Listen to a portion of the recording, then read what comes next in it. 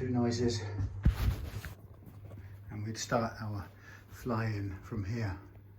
I'm never in the picture, am I? I'm not looking great, so I won't.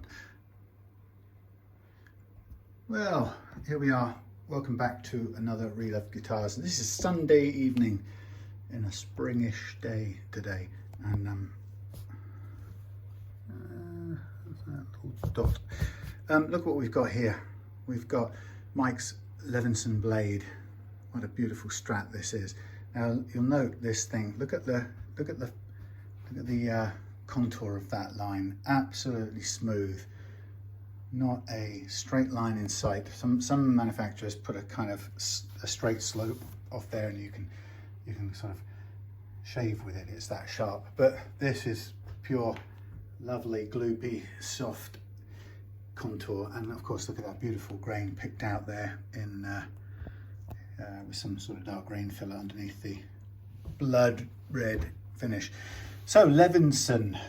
Gary Levinson, Advanced Concepts by Gary Levinson. The blade, almost as you could call that a what's that thing? Minecraft logo. So what have we got? It's a blade. It's a Strat style guitar, but it plays and sounds great. Love the sound of this. The pickups are just beautifully Strat-like. Everything about it. You've got truss rod wheel under here, which you can get to easily. Actually, the nut as supplied is pretty darn good. You can see there's a tiny bit higher on the A, but everything else is pretty consistent all the way across. According to Mike, it's not presented any tuning problems, so we're going to go on the if it ain't broke, don't fix it sort of approach with this. Much as we were standing by to put a new tusk nut on if necessary, but I think we'll find that this, can I get in focus now? We'll find that this will play great with the nut as is. Of course, if it doesn't, we'll change it out. So the interesting things on this guitar, I've had a play. First of all, I love the way it sounds. It's a beautifully heavy guitar. It's a made in Japan beastie, and you can see it's got a lovely rounded contour to it, full width, full weight. You also notice a battery compartment, and we've got a signature sloping plate here. You can see that. That's what stands it apart. And you've got a little adjustable sprung loaded string tree there, which is quite neat. And a lovely neck, beautifully, a sort of slightly matted, no, silk, not matte, silk neck, which makes it a beaut to play. And I just think it's so funny because you've got this 1960s, will anything work in focus? You've got this 1960s style little gold sticker, that used to get on the toys. There must have been a batch made of millions of them, and they're still using them up. Okay, so what's the issues or anything, or problems, if any, with this guitar? It's come in for a setup. The first thing that Mike wanted me to do, there's a couple of things that he wants me to do. Apart from give it a setup and a good clean, he doesn't like the boost circuit. Does this thing have an automatic focus, or has it just died on me? Come on, I don't have to hit this all the time. Yeah, he doesn't want the boost. Now normally the boost is a circuit that works off here. It's a push down, push up. And first, yeah, he doesn't like the tone it produces. But also he doesn't like, the pot has become faulty over age. So he's been using it actually, he's taken the batteries out and he's been using it as a kill switch, which he actually does like. So up, there's no tone at all, it kills it, and down, it just plays normal tones. There's no circuit involved, the boost circuit doesn't work. So we're going to look at removing the circuit or taking the circuit offline, and making this into a simple kill switch, but a latching kill switch, not a momentary one. And we can use a double-sided sticky tape, double pole, double throw switch for the purpose. We've also got the tremolo sticking up quite a bit too high really on here. You wouldn't want this sticking up so high. top, so we'll tame that back and give it a more reasonable range of movement. But one of the problems that Mike has with this guitar, as you can see, oh, what is the focus on this phone doing? Would you please help me? I might have to stop and restart. Yeah, you can see that the tremolo is bashing into the switches and possibly the knobs. So there's a bit of a problem here that I think we're going to, we may get away with it without having to bend it if repositioning the tremolo, you see that obviously that changes the way the tremolo sits. And that's probably I imagine, given the quality of all the rest of this, I imagine that's the actual problem here, is that this is got too much of a backward range, and as a result the tremolo is sitting far too far forward, as you can see. You'll notice that as we change that around, it translates into quite a big movement around about this point. So that's what we're going to do. We're going to reset that range of tremolo. Oh, I just love this iPhone not autofocus thing. Okay, so I'll put this on its stand now because I'm fed up of trying to make it focus. It's just so, there must be a switch there that I don't know about yet. So I had an interesting bit of research time today on this guitar because I've seen one before in the past. Carl had one that he asked me to set up, and in the case of that one, I think the circuit was working okay. But I've seen a number of people since having a go at either trying to fix the circuit, VSC, I saw what it stood for, something circuit. Anyway, I've seen people attempting to either remove them or fix them and so on, and it can get a bit messy because it's not a very straightforward and simple thing. And there aren't really any resources online like wiring diagrams, so you know there are kind of hints at what the selection does, like this. There are, here's my notes about what Mike wants. There are some hints about how the coil split is achieved in a normal 5-way switch, which is what happens here. Second position switches the bridge, splits the bridge and puts the bridge, one coil of the bridge on with the middle pickup. So that's that position there. So obviously we shouldn't have to do anything to that, but I don't know quite what's under there. Although I've seen it in action, I don't know fully what's under there until I get a chance to have a look. Now, I think the first thing I'm going to do with this guitar, partly because this whole range thing here is getting is a bit too much. I think what I'm going to do is, oh hello, I'm going to do a few things. First, I'm going to reset this bridge, this tremolo bridge down, and in fact I'm going to make it go flat for the purposes of setting up. Now, in playing the guitar, it's a little bit sharp on the fret edges here, and there's one or possibly two choke outs at the when bending on the high E on this is a 10 gauge set. At the moment the relief is a little high, or a tiny bit higher than I would have. It's about 0.4 of a mil, and it could be down to 0.2 quite comfortably. The high E last fret action at the moment is down at 1.5 millimeters, which is a little bit higher than I would go, and I can tell that if we go any lower, it's certainly not going to help with that choke. So if we're going to have it working at 1.2 even, or 1.5 as it is, we still need to get rid of the high, or just iron out the high spots on this G track up here. Low fret is currently registering 1.6 millimeters on the last fret, which is, so it's all sitting here pretty much about where we'd want it to be, but the range of the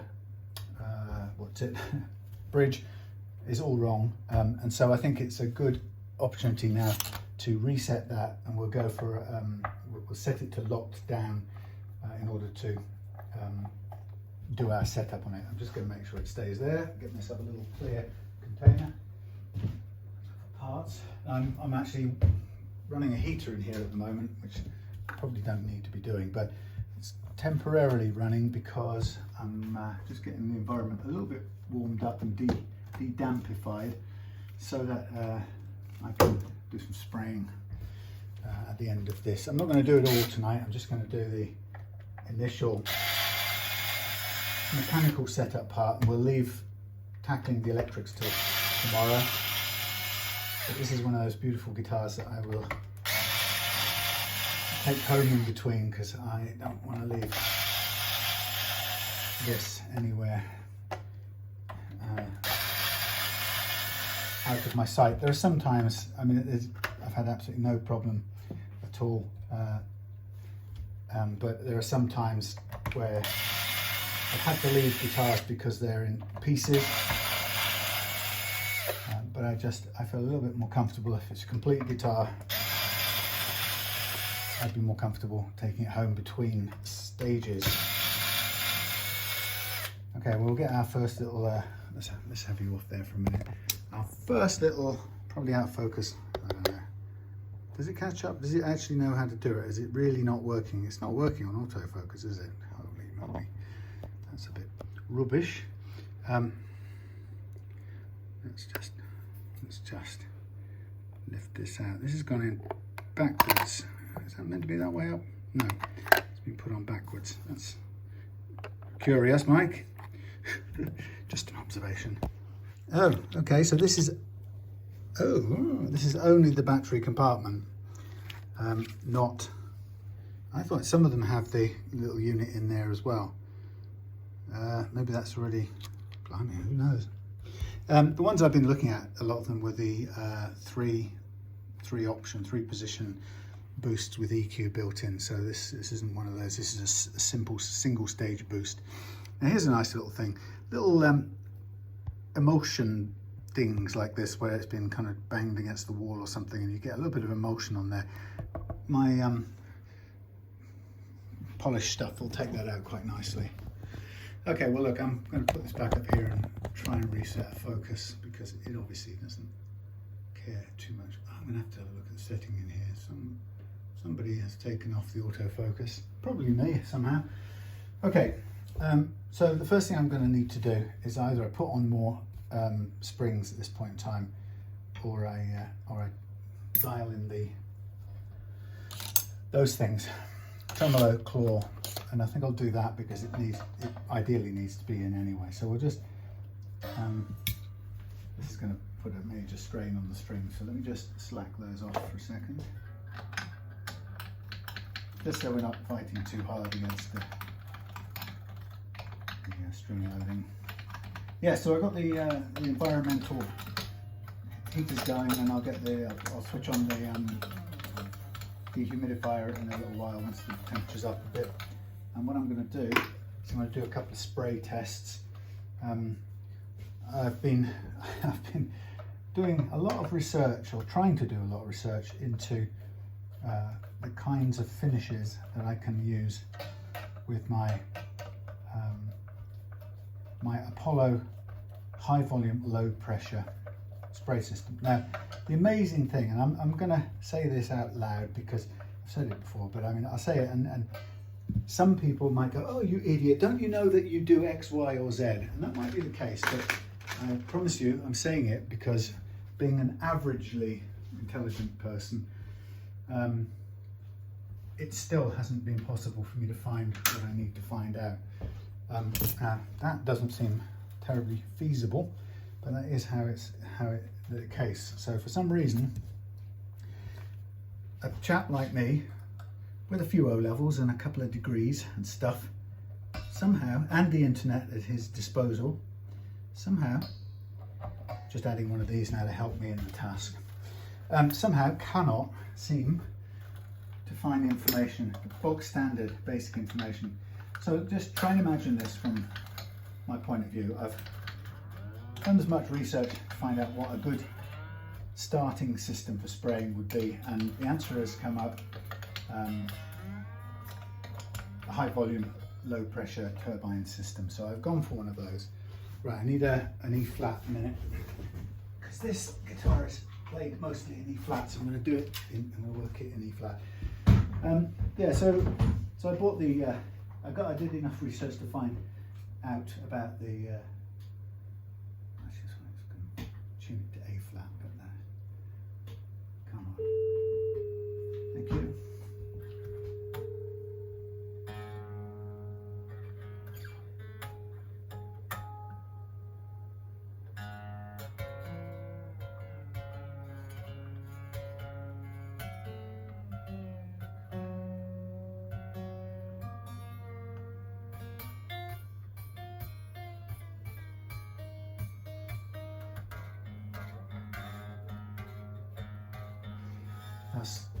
Right, first of all, when you flatten the bridge out like this, the first thing that happens is the action sits back down. So this is now too low for this guitar, so I'm going to have to raise the action. If I'm going to do this setup part of it in with the bridge locked down or flat, which I think I might as well do, I'm going to now need to dial up the playing action at the last fret again to get it to where I want it to be. Currently, the bridge, this nut action is also, the first fret action is also now too low, which is the result of lowering the fully floating.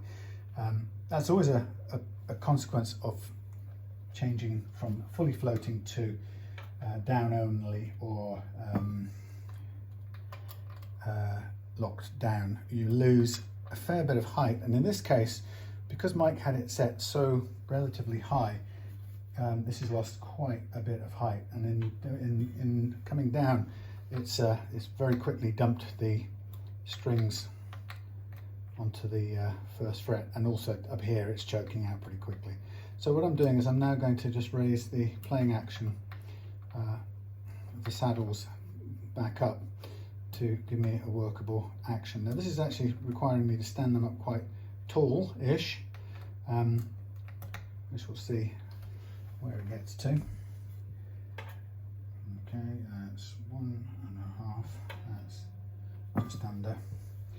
Yeah, so we've got to do quite a bit of lifting. Now this will change again when I come to set the tremolo one more time at the very end, but for the time being it gives me a good idea of where we're at. So for this, if we weren't using the tremolo, it tells me the neck geometry in relation to the body tells me that we have to have these saddles quite high up on their legs, their back legs, to reach. Now that's not a bad thing particularly. It's sort of better than the other way around, because at least it doesn't put the grub screws sticking into your hand, and they're actually quite short on this model anyway. Okay, we're about 1.2 there, we're under here. So, but it just gives me an eyeball of how it would be if we were not using the tremolo part of it at all. Now, because I'm going to set the tremolo on, it means we're basically going to go up 0.5 millimeter once I've done the tremolo, and I'm going to need to dial that back down again. So we will get a bit, it won't be quite as high at the end of the adjustments, but it's fairly reared up. And of course the only way around that, to make any impact on that, would be to basically to shim the neck a little bit, which is it's not a bad thing to do, but I'd want to avoid it if possible, only because, like many others, I would prefer to think of a wood-to-wood contact on my neck pocket, although actually, you know, contrary to some so-called popular wisdom, shims are very effective, and there isn't actually any quantity called tone that fails to transmit across. People like to think tone doesn't get across the gap down to your pickup somehow, but nobody ever explains the physics behind that hypothesis, so I really don't take it too seriously. Let me just give it another dupe.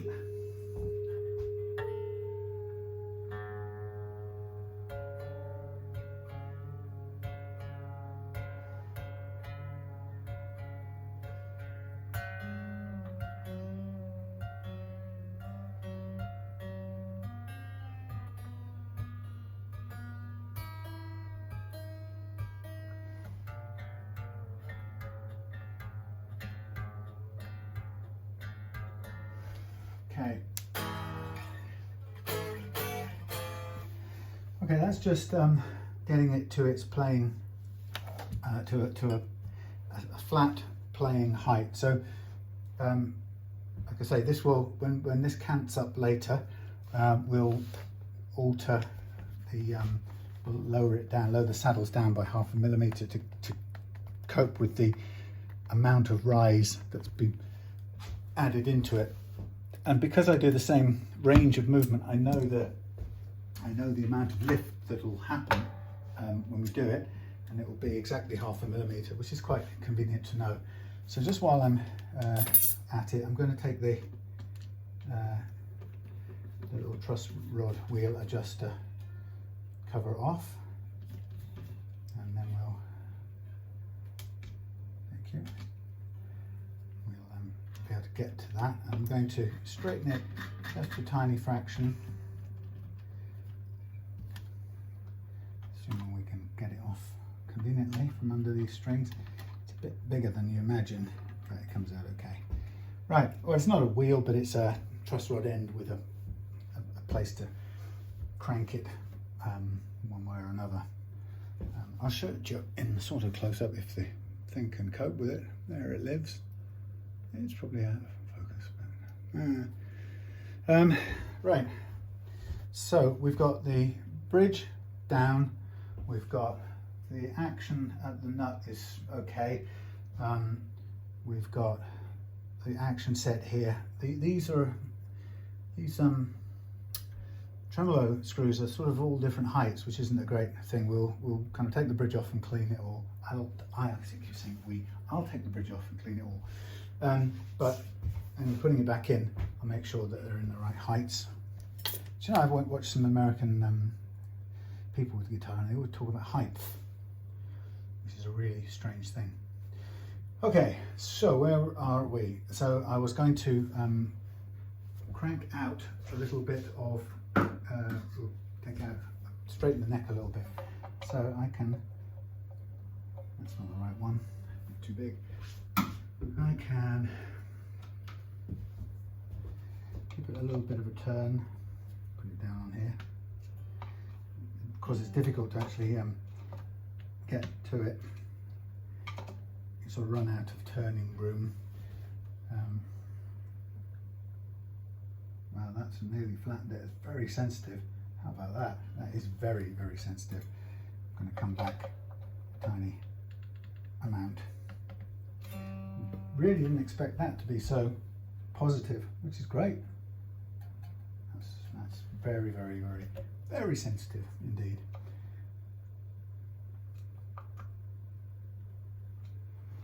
Come along now.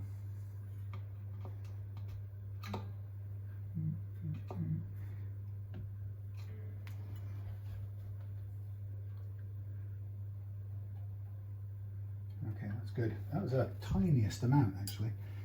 Great to see something as positive as that. Okay, so I'll take one more note off here.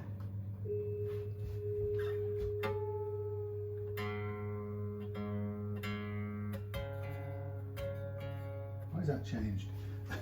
What's going on here? Is that A flat? A flat?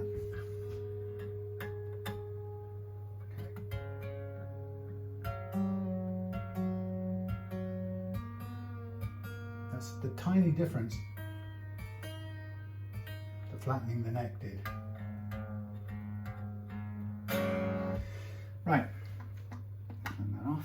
Okay, so we've got everything set up minus the tremolo, but we don't care about that for now. We're just going to use the guitar, or set the guitar up without the tremolo in play. Let me try and position this so you can see all of it. Yeah.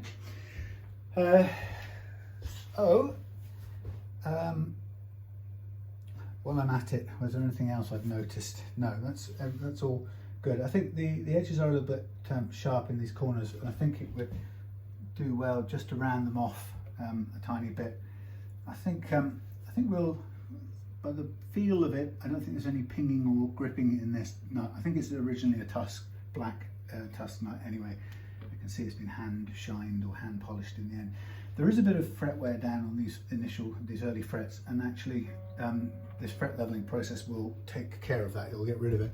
I said many times before, in fact I said it on the video yesterday, that, let me just do something.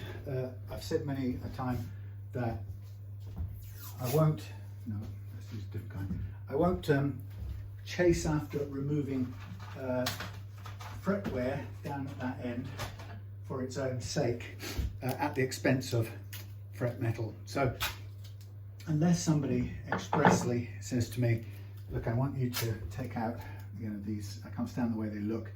I want you to, attack these with your fret leveling and get rid of the grooves that have formed over the years. Now, if somebody requests that very specifically, I'll do it if the amount of fret material permits it.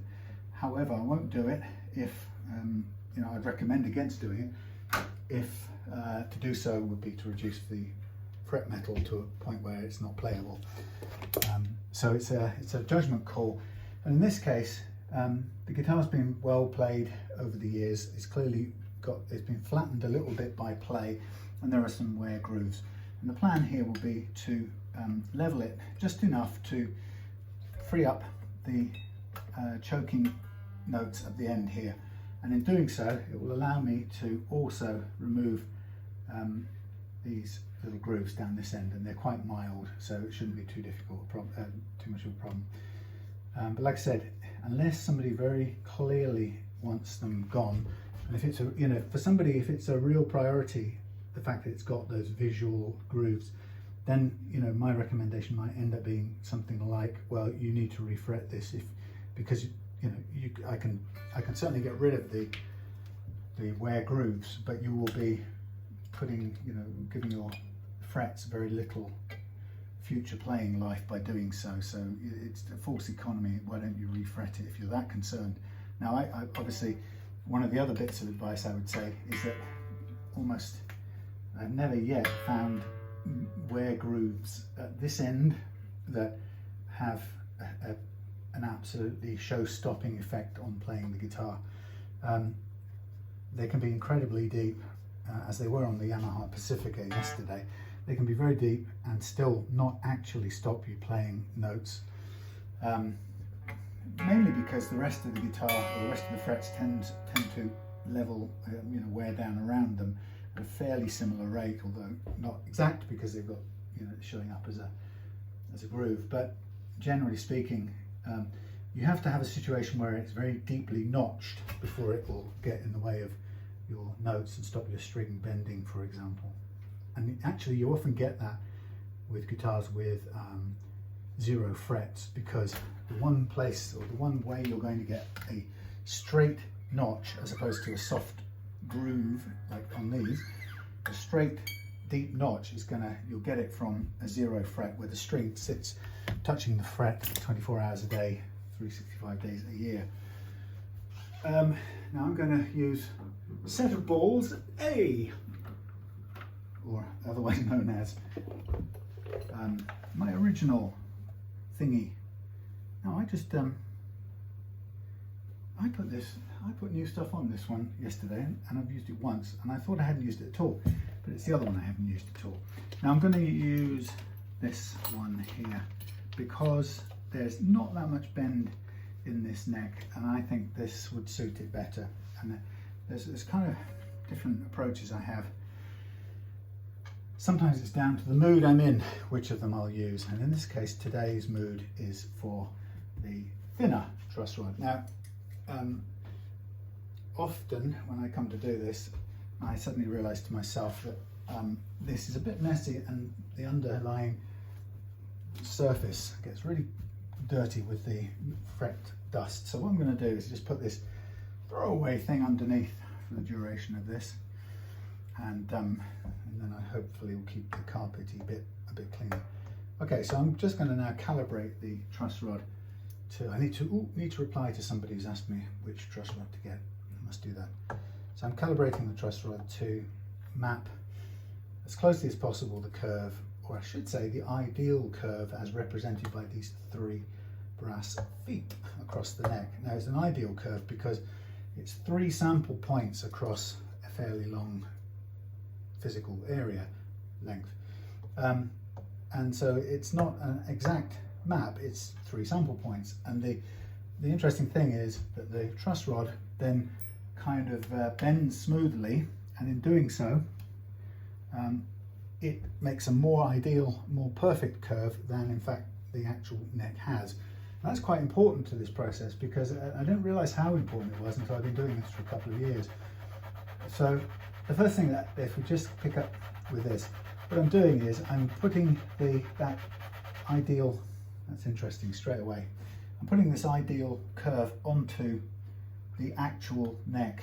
And while the curve of the truss rod is quite smooth because it's just really a representation of the overall curve here, formed by a smoothly bending truss rod, it's actually much smoother than the real neck. The real neck, although you can't really see it with the naked eye usually, has a range of little ups and downs. It's quite an uneven thing.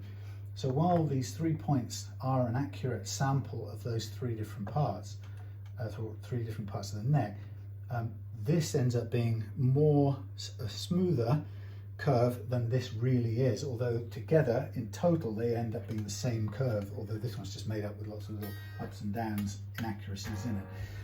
So when we start off, the first thing that will happen is I'll be taking off any high frets. That's the first thing you expect this leveling method to do, will be to kind of just immediately attack any frets that are obviously sticking up. The second thing it will do, and as I say, I didn't really notice how it would do that until much later when I've been using it for a long time, is that because that perfect curve sits on top of an imperfect curve, this more perfect curve just gently irons out the imperfections represented by the different tops of the frets. Some caused by high frets, others caused by the wiggling sort of surface of the neck. But this idealized curve gently scoops out those imperfections and creates just enough room for the strings to move, which I think is an amazing little thing. Now, just to tell you, this thing is telling me some information. Oh no, I'm going to have to use the focus again.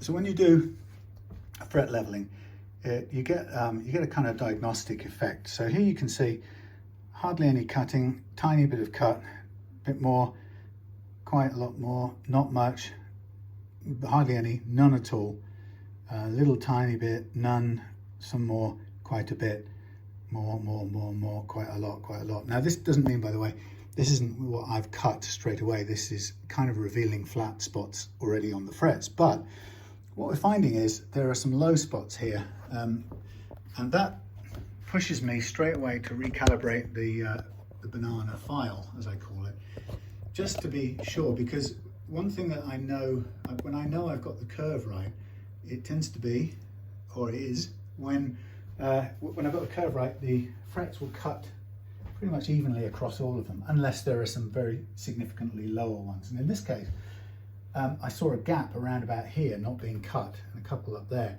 So the first thing I did was recalibrate the truss rod to make sure I've got the curve right. And I have got it right, and what I'm seeing is literally a low patch on this neck. Now, I'm just going to work it a little bit more to see, to get a sense of how low that is. Also gives me a clear idea of how low, how much the grooves are, how deep the grooves are over there.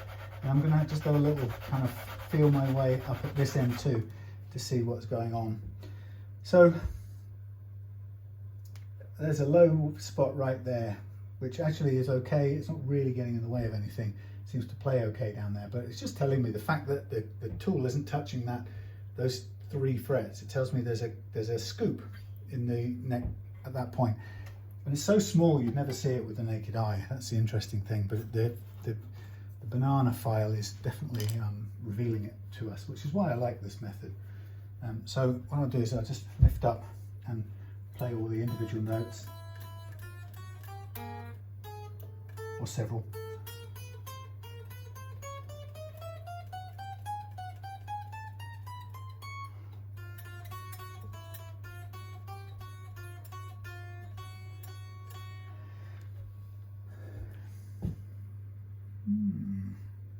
Okay, that's good. I'm going to move to the next one.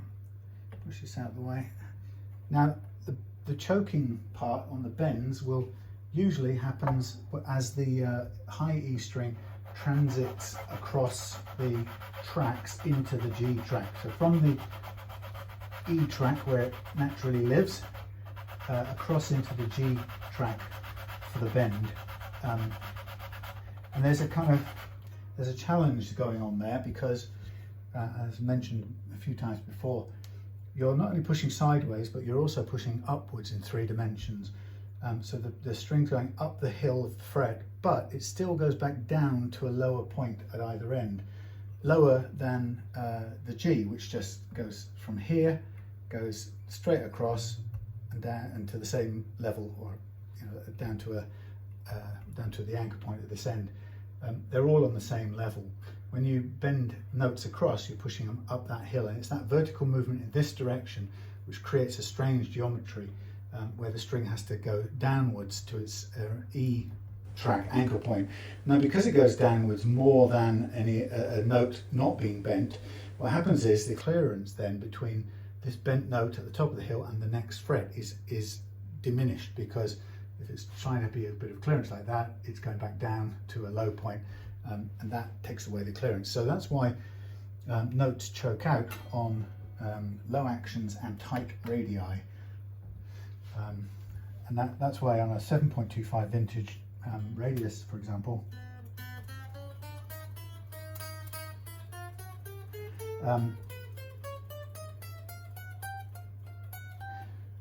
that's why on a 7.25 inch radius you often can't, what am I trying to do? Let's go the other way.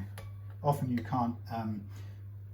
can't get very low action, get big bends with a very low action, and no amount of fret leveling will give you back, will give you those bends. It's just a geometric impossibility, and it's really useful to know that, because if you don't understand that, you can often find yourself chasing an impossible action and thinking if you keep on leveling, you'll free up that bend, that choked bend. Now, I can see these frets are quite level, so they've been played level in the past. I don't know if they've been leveled before in a workshop ever, but they've certainly been played level after a long number of years. And that's another thing that you have to have the experience to recognize, that when you start fret leveling, you can suddenly think you're taking off a load of metal, when in fact what you're doing is you are just exposing the flat surface that some previous work has leveled. And that can often be more exaggerated if the previous person working on them hasn't re-crowned the frets. So if they just level and move on, you get left with a flatter spot, and that's sometimes what shows up very quickly when I'm doing leveling on older guitars. So I'm going across now into what I call the G track, and this is the point at which we have to have the levelest possible frets if a low action high E bend high up the neck is going to work without choking. So many words to squeeze into a bloody mouthful when you're talking about this stuff. High E, that string, high bend across into the G track. That's when it chokes out, when you've got a tight radius and or a low action. And so it's the clearing that up, nearly, not quite. Now that's cutting out there, which is between the G and the A. We may get it out, we may not get it. It's a judgment call. There is no guarantee that you'll get exactly where you want to get to. I've set this low, as I always do, but I have to be prepared that if I can't free that note with leveling, and what I'm doing now is I'm concentrating on leveling off a little bit harder on this top end as opposed to anywhere else, but I have to know when to call it, that I have to accept defeat and I can't get the free up that note of the action I've chosen, and then the only real option I've got is to just slightly raise the playing action of the E string.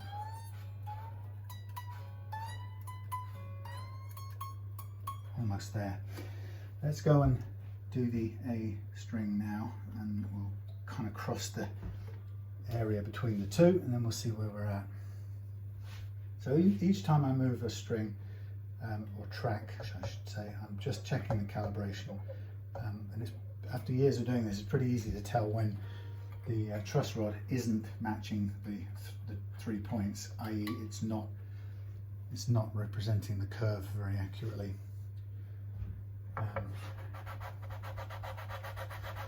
Okay, so this will be the sort of telltale last area that's going to make a difference to that slightly choked bent note. And you know, if we, as I say, if we don't free it up now, then the next step is just to very, very slightly raise the playing action. I'm just looking to cover the space between the notes.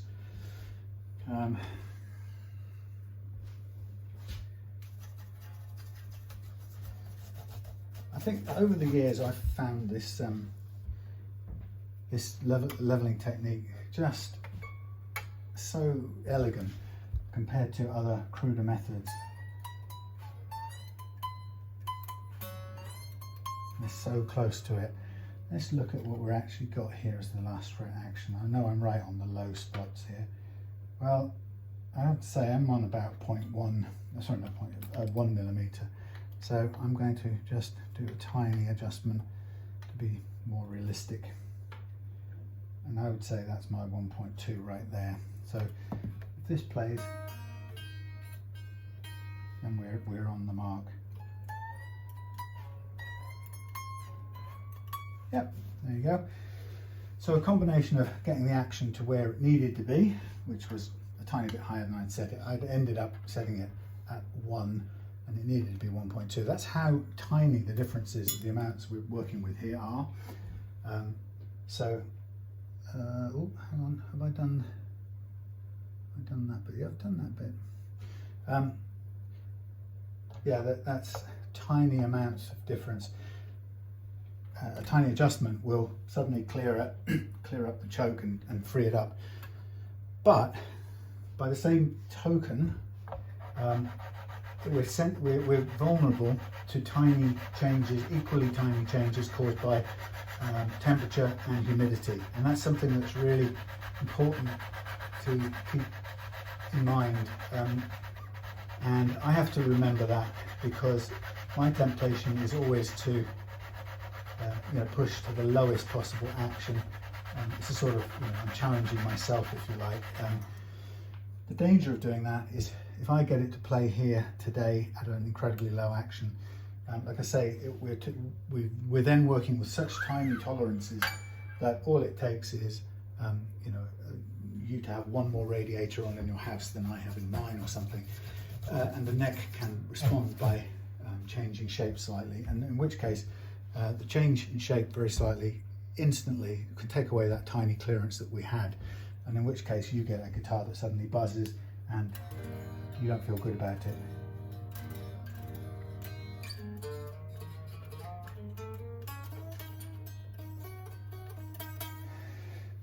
And so we become a victim of our sort of desires for an ultra low action, and that doesn't really do anyone any favors, really. So I have to be kind of disciplined about that and not go to too great extremes, and actually, if anything, just pull back a little bit. See, I'm down on 1 millimeter on the G, and I can feel it. It's not working quite the way it should, and that's because it's on 1 millimeter, and G strings are not built for 1 millimeter. If you excuse the double entendres or something. Yeah, I can tell that it's we're working with slightly too low an action, but it is so very, very marginal. There's such tiny adjustments. So again, just very small amounts. I think we'll be just about there. 1.5, just on 1.5 there. So you can see the little adjustments.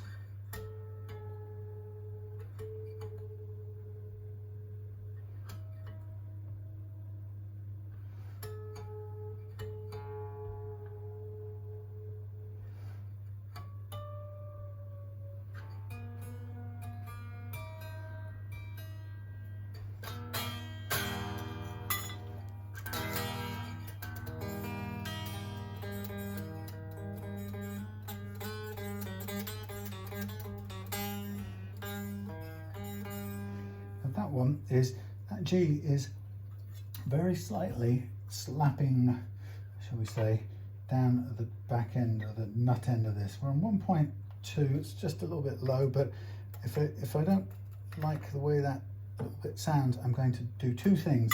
I'm going to check the space it's got to move, as in the neck relief, and I'm going to see whether that needs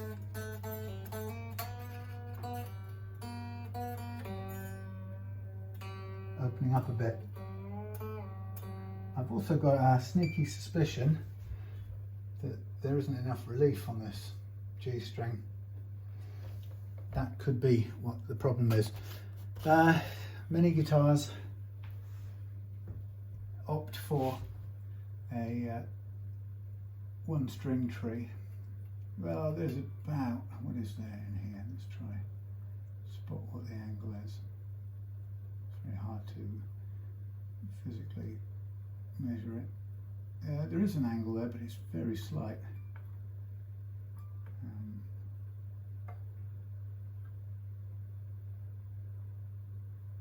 God, it's about a degree, if that. Very, very slight. I think you can hear the difference.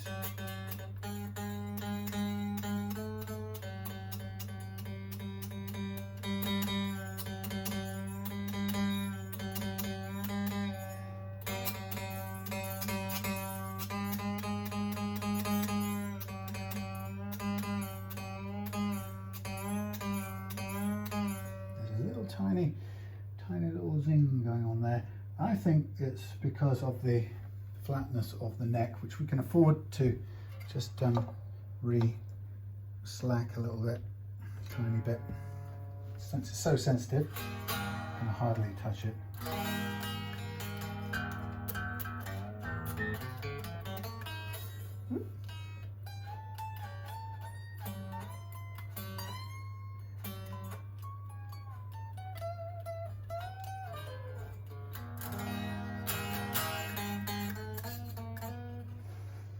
Okay, that's very, very slow, just tiny adjustment. Let's do a little tiny bit more. Didn't quite get the right size the first time off. Yes, so yeah, so that's the whole thing about this then is working with miniature clearances. You know, and that's why I suggest to customers that they really have to get comfortable making adjustments themselves, because if they don't, if you don't, then the weather changes, temperature changes will catch you out throughout the year, and it'll mean it's inevitable that something will change and you'll be needing to make an adjustment. So I really strongly encourage people to overcome their reluctance, natural hesitance to use a truss rod. I mean, it can often come from a situation just like that, where you put a little thing in and you go to turn it and it feels oddly stiff, and your instinct is, no, I'm not going to touch it, I'm going to leave it to a luthier to risk touching it. And you know, you need to be able to do it, and you need to have faith that you have to try very, very hard to, if you want to actually break a truss rod. I've never managed to break one yet, only through old age and, you know, losing its ability to do what it's supposed to, but it's never broken one by cranking it too hard or anything like that. So you really, you know, you can't do any harm. And this thing here is meant to be turned. It's as simple as that. And whatever way whatever device, you know, a tight fitting thing in there is better, but whatever you get in there that's going to allow you to crank it one way or another is how it works. There's no secret to it. If it's not that kind of one, it's you know, it's a metric hex key in the end of a Chinese style neck, and if it's not one of those, then it might be a similar kind of wheel on an old Japanese guitar from the 70s or 80s, and if it's not one of those, it might be a little Gibson one like this that you put over the end of a sort of screw-on adjusted thing. So, but again, they're all relatively, well, they're all pretty unscientific and unhysterical. There's nothing magical about them, so don't be afraid to turn truss rods. I'm going to cut these off. They've done their service. I've got spares. I don't need to keep these for, what do you call them? You know, the ones, sacrificial strings, which I always need to have some for, but I'm going to take these off for now. Now, what I've got now is the opportunity to do two things. I can take the scratch plate off now and put it over on the soldering department and get a good, close, unhurried look at it, so I know what I'm dealing with. And I'll obviously come back to that tomorrow because I've got some spraying I get to do now. But and then I can handle the neck separately as well. So getting this out, it's going to involve pulling this little fella back through at some point. That's bound to happen. Okay. And to do anything, we have to take this off. There's not really going to be a sensible way of trying to do it with the plate on. So we need to boldly look underneath. Once I've taken this off, I'll then focus on re-crowning the frets and polishing them out. So we have all of that part done, including taking the bridge off, taking it apart and giving it a good clean. Taking the tunes off, giving the headstock a good clean and all that sort of stuff.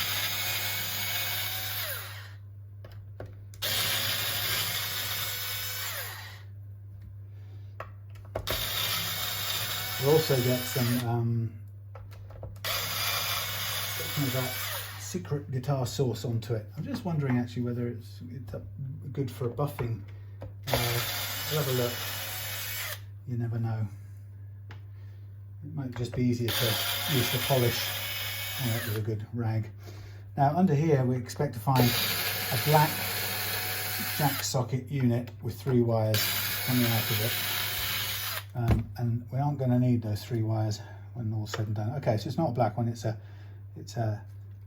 basically a stereo one, which we expect to find, and we've got the battery one, and so I'm going to cut the battery one because we're going to take that out of the circuit anyway, but I'll cut that one fairly long and I'll cut the others short so we know what they are. Okay, that's pretty much straightforward. And then up comes all the goodness. Now we've got the tremolo claw, forgot to do that, whoops. Got the tremolo claw on under here, which we'll cut.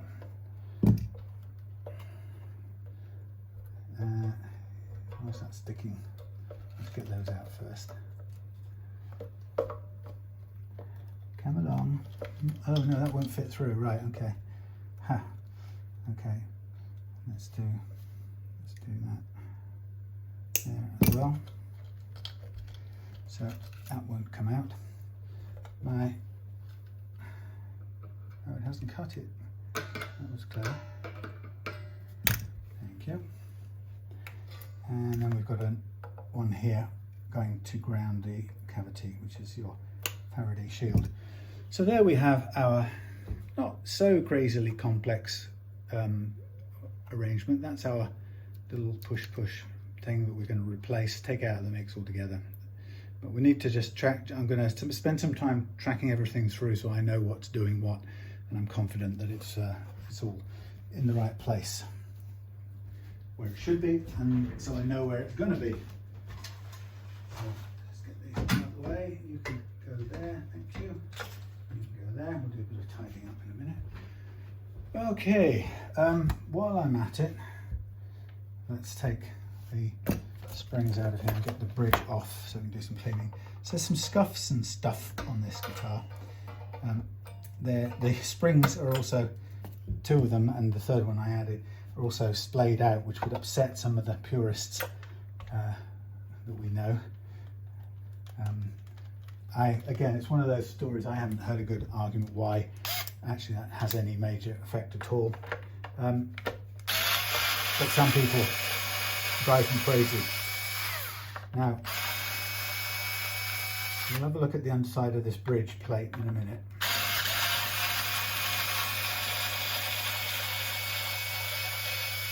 Just to make sure, see if it's the same construction as a Strat re the front end. I think it has to be to work that way.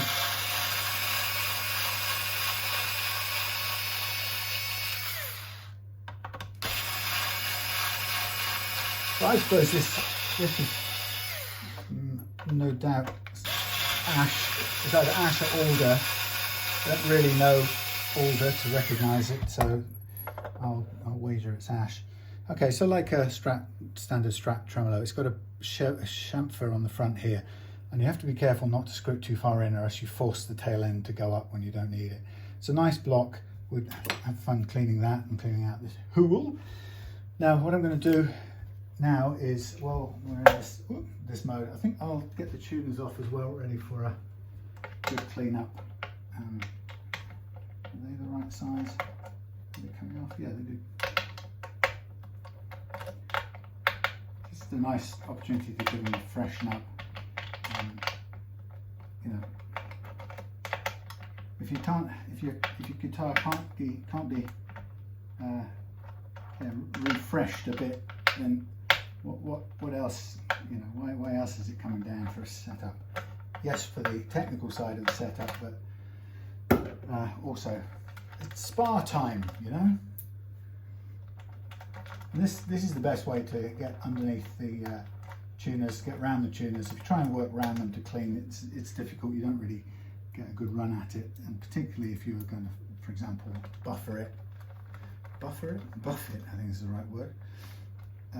Oh yes, it's screwed in place. If you're going to buff it, you obviously need the tuners out. We could buff it. I've got some other things to buff. Got Adam's Purple Jazzmaster, which I've sprayed with. In fact, I've got some things to buff, so maybe tomorrow I'll leave it. And it's the tremolo claw. Yeah, maybe we'll buff this out tomorrow. That would be cool. Right, let's take out the. These are rusty, the tuner screws. This is a bit of a shame, just on sort of looks, but I may have some other tuner screws, but I don't know if I've got that many at the moment. 1, 2, 3. 4, 5, 6. If I am going to buff it, then I'm going to take out the string tree as well. I'm sort of tempted with the string tree. My intuition says never have metal, but my experience says never have metal. But the problem with that is, I can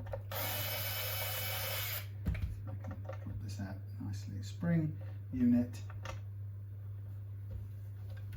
back piece. Will come out, yeah. Put all those little bits in there. 2 halves of this come out. Should do. It's got to do. It's got to come unscrewed. That's what it's got to do.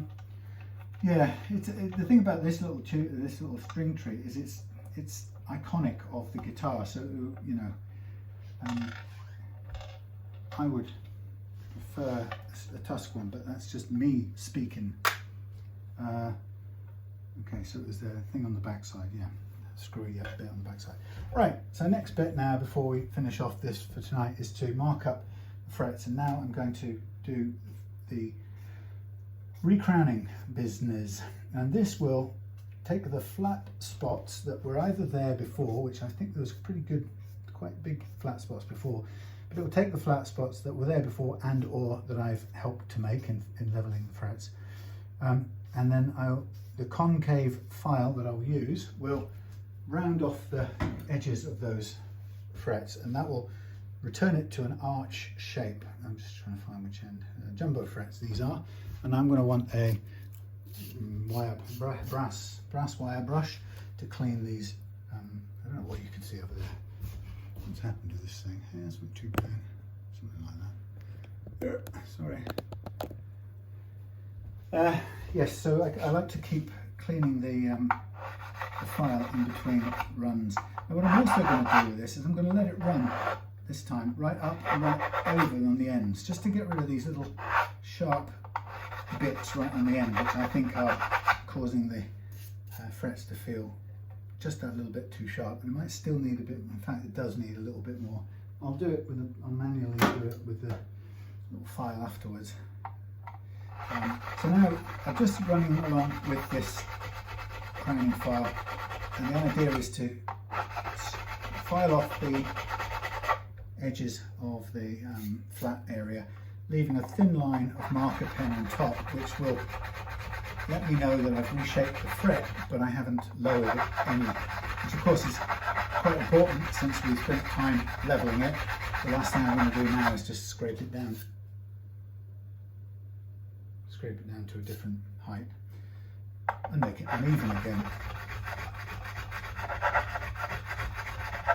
And after this, I've got I'm going to do some amber spraying. I've mixed up some water-based poly, which I've been using in my HVLP gun, and I'm going to use this for any time I need a couple of layers of amber, 2 or 3 layers of amber before reverting back to clear, and I'm hoping to sort of blend some areas in where I've sanded back and lost a bit of the original colour in sanding something back, particularly in the case of doing repairs. So the neck I've got out there is one that a customer dropped off, gave me, well, left with me, saying, if you can do anything to save that, could you, because I love this neck. So I said, yeah, I'll give it a go. So the neck was, I think it was broken and badly glued together, so I re-broke it and refixed it with tight bond, and I'm now in the process of refinishing it. So it's sanded back smooth, and now the finish is going to now kind of finish, going to complete the smoothing part, because we'll build up finish and then sand that back dead smooth as well. So you can never make it invisible, but it's going to feel great. You'll see the line of the cracks, but you know, short of painting the thing, which is of course possible, that's one way of disguising it, so you will never know. But it was a natural colour neck to begin with, so I think we'll be happy to keep it that way. So it will have its sort of war wounds, but it will also play again. The slight difficulty in breaking it apart, of course, is it involved partly bending right at the end. The truss rod bent a little bit, so I had to try and rebend it back into a working order. So it really won't know until I've sort of finished it all and given it some turns of the adjuster. It worked. I'm hoping it's not going to have any long-lasting impact. It seems to be fine now. Some breaks just aren't simple repairs. This one I think was. Some you just have to build in support. I don't know what they call them. You know, like drilling and routing, or drilling and placing in inserts. There's a proper name for the things, but strengthen the wood, give it more substance. In this case, it felt like a straight glue would be enough.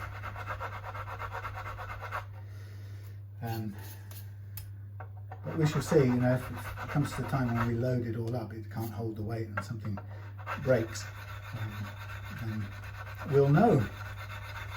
We'll find out the hard way.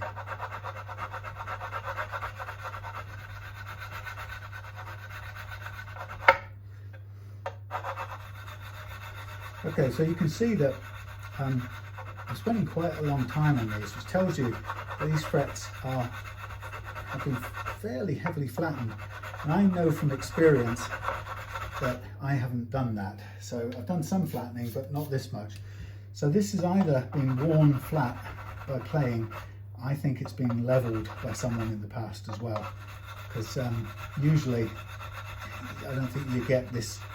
You don't get this much flattening right up on here. You tend to get it down here and everything's flat down there, and you can sometimes write it off to a heavy lifetime of playing, but this right up to here, this is flattened, so it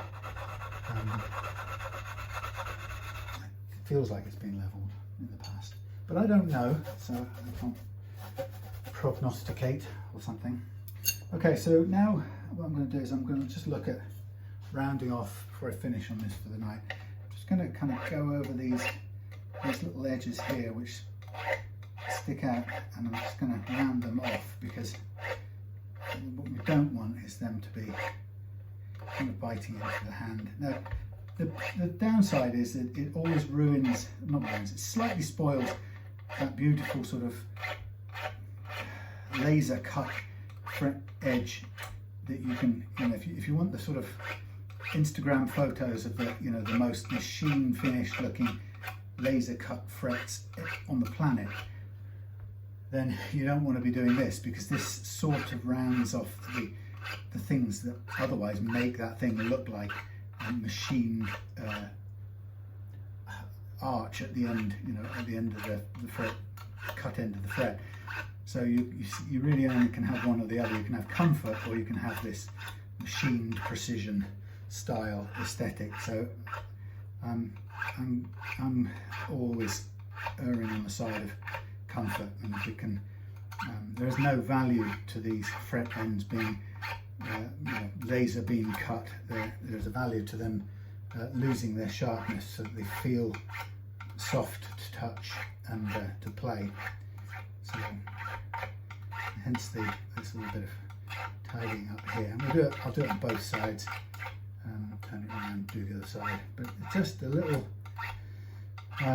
tough. Anyway, I was going to go back to the issue of spraying. So I bought myself the high volume low pressure spray system, and then I started kind of looking to research, hey, so what can I put in there? Now that alone, that's a fly or something falling out of the roof. There's creatures be up there, you know that. Anyway, so I started researching, and very, very, very, very little information anywhere. If you find a YouTube video, somebody will take you through how they did spraying, their way of using cellulose paints with 2-pack something or others, and they don't really explain what the difference between that and any other kind of thing is, but they'll tell you how they did it, and you'll kind of think, okay, look, even if I just follow exactly what they did, maybe I'll learn and I'll get by, and I could work with that.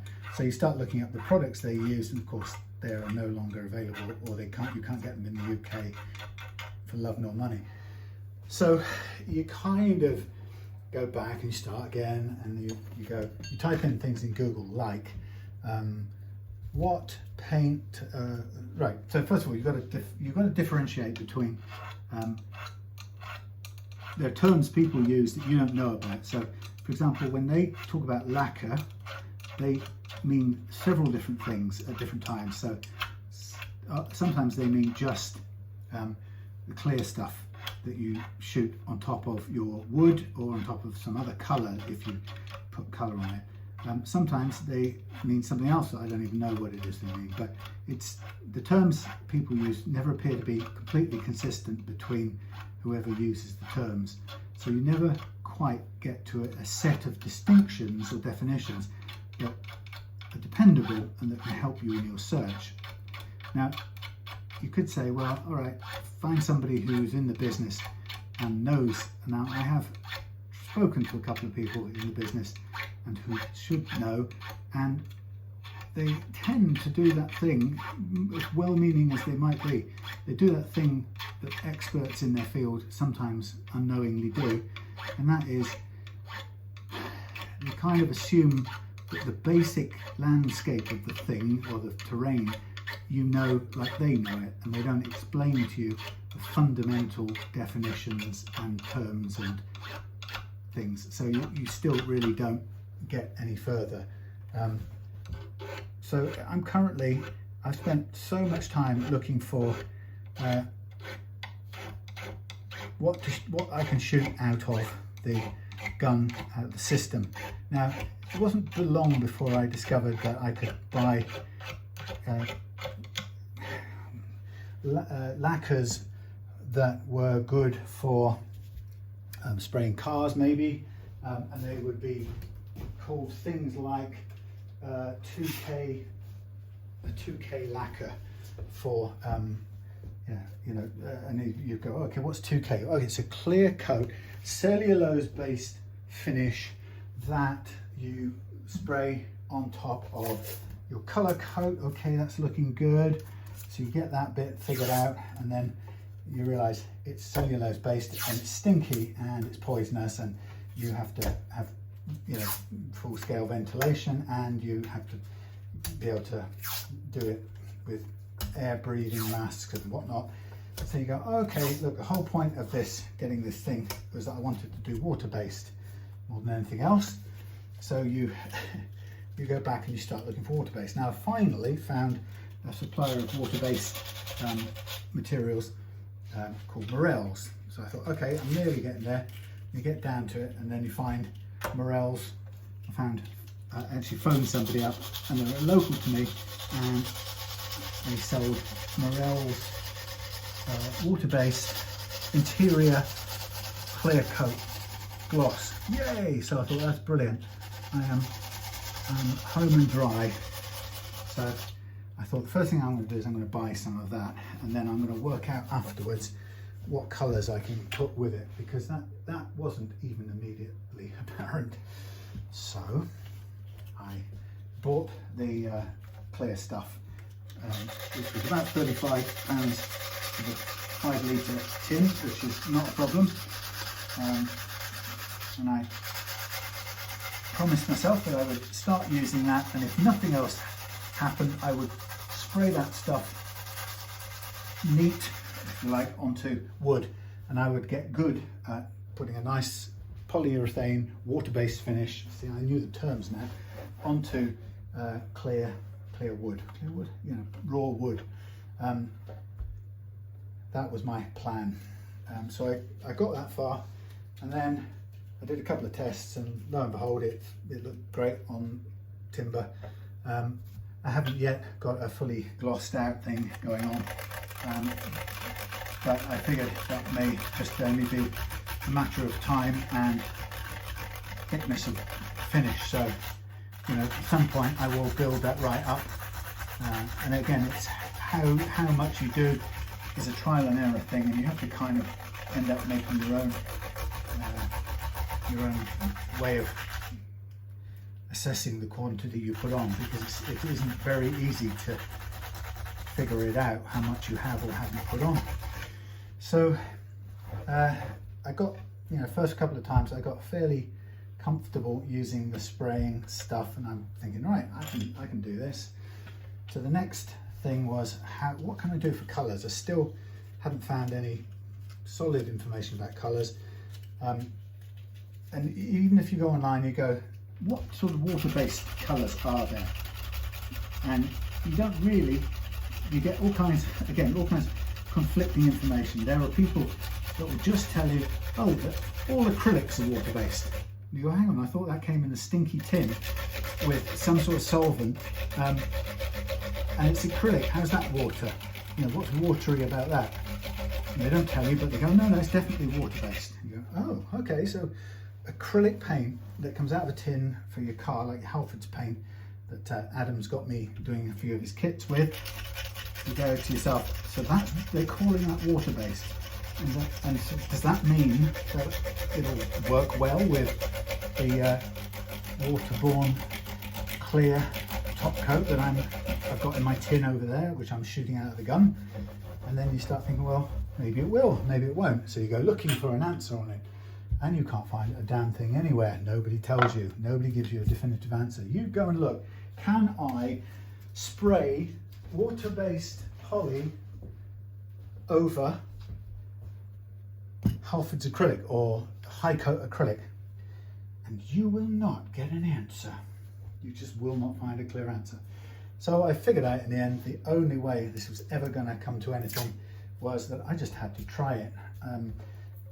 If I took if I took the little information I'd found at its word, i.e.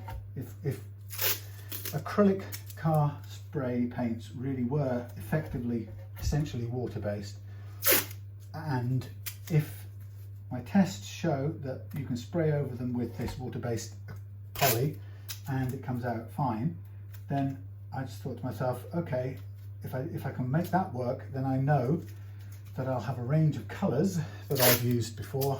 I can go to them, I can get a metallic finish, spray it on, and then just build up as much clear coat as I want to give the guitar a sort of thick finish, you know, with a glossy finish if I want to polish it back to that and buff it back to that. So that was my next stage. Did a test on a piece of pre-sprayed acrylic wood pre-sprayed, sprayed with acrylic, let it dry, went over it with the water-based poly, and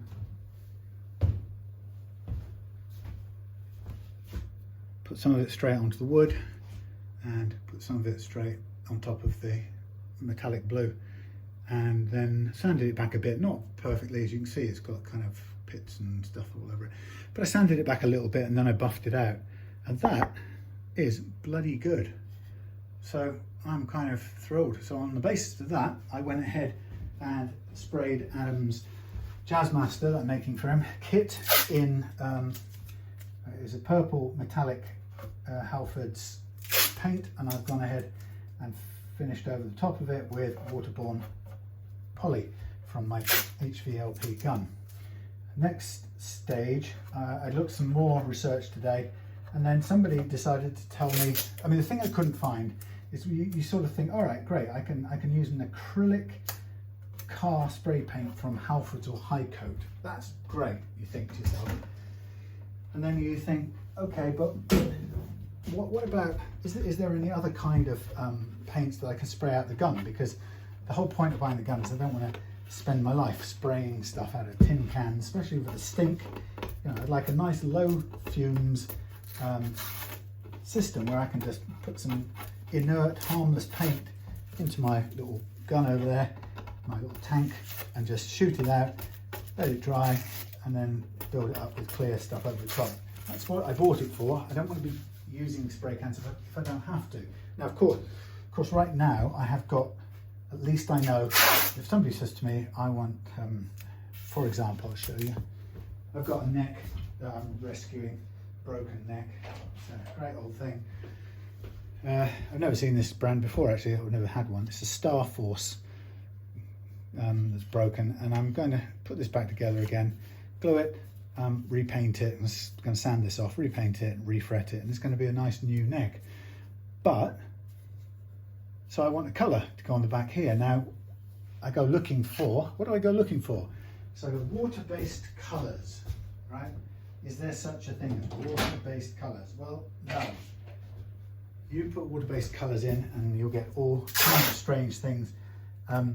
If you put in water-based colours for spray painting, you'll get nothing but stuff on equipment for spray painting, because Google is colonised by people who want to sell you spray equipment, not people selling you small volumes of paint. So you think to yourself, you keep searching and you never get anything.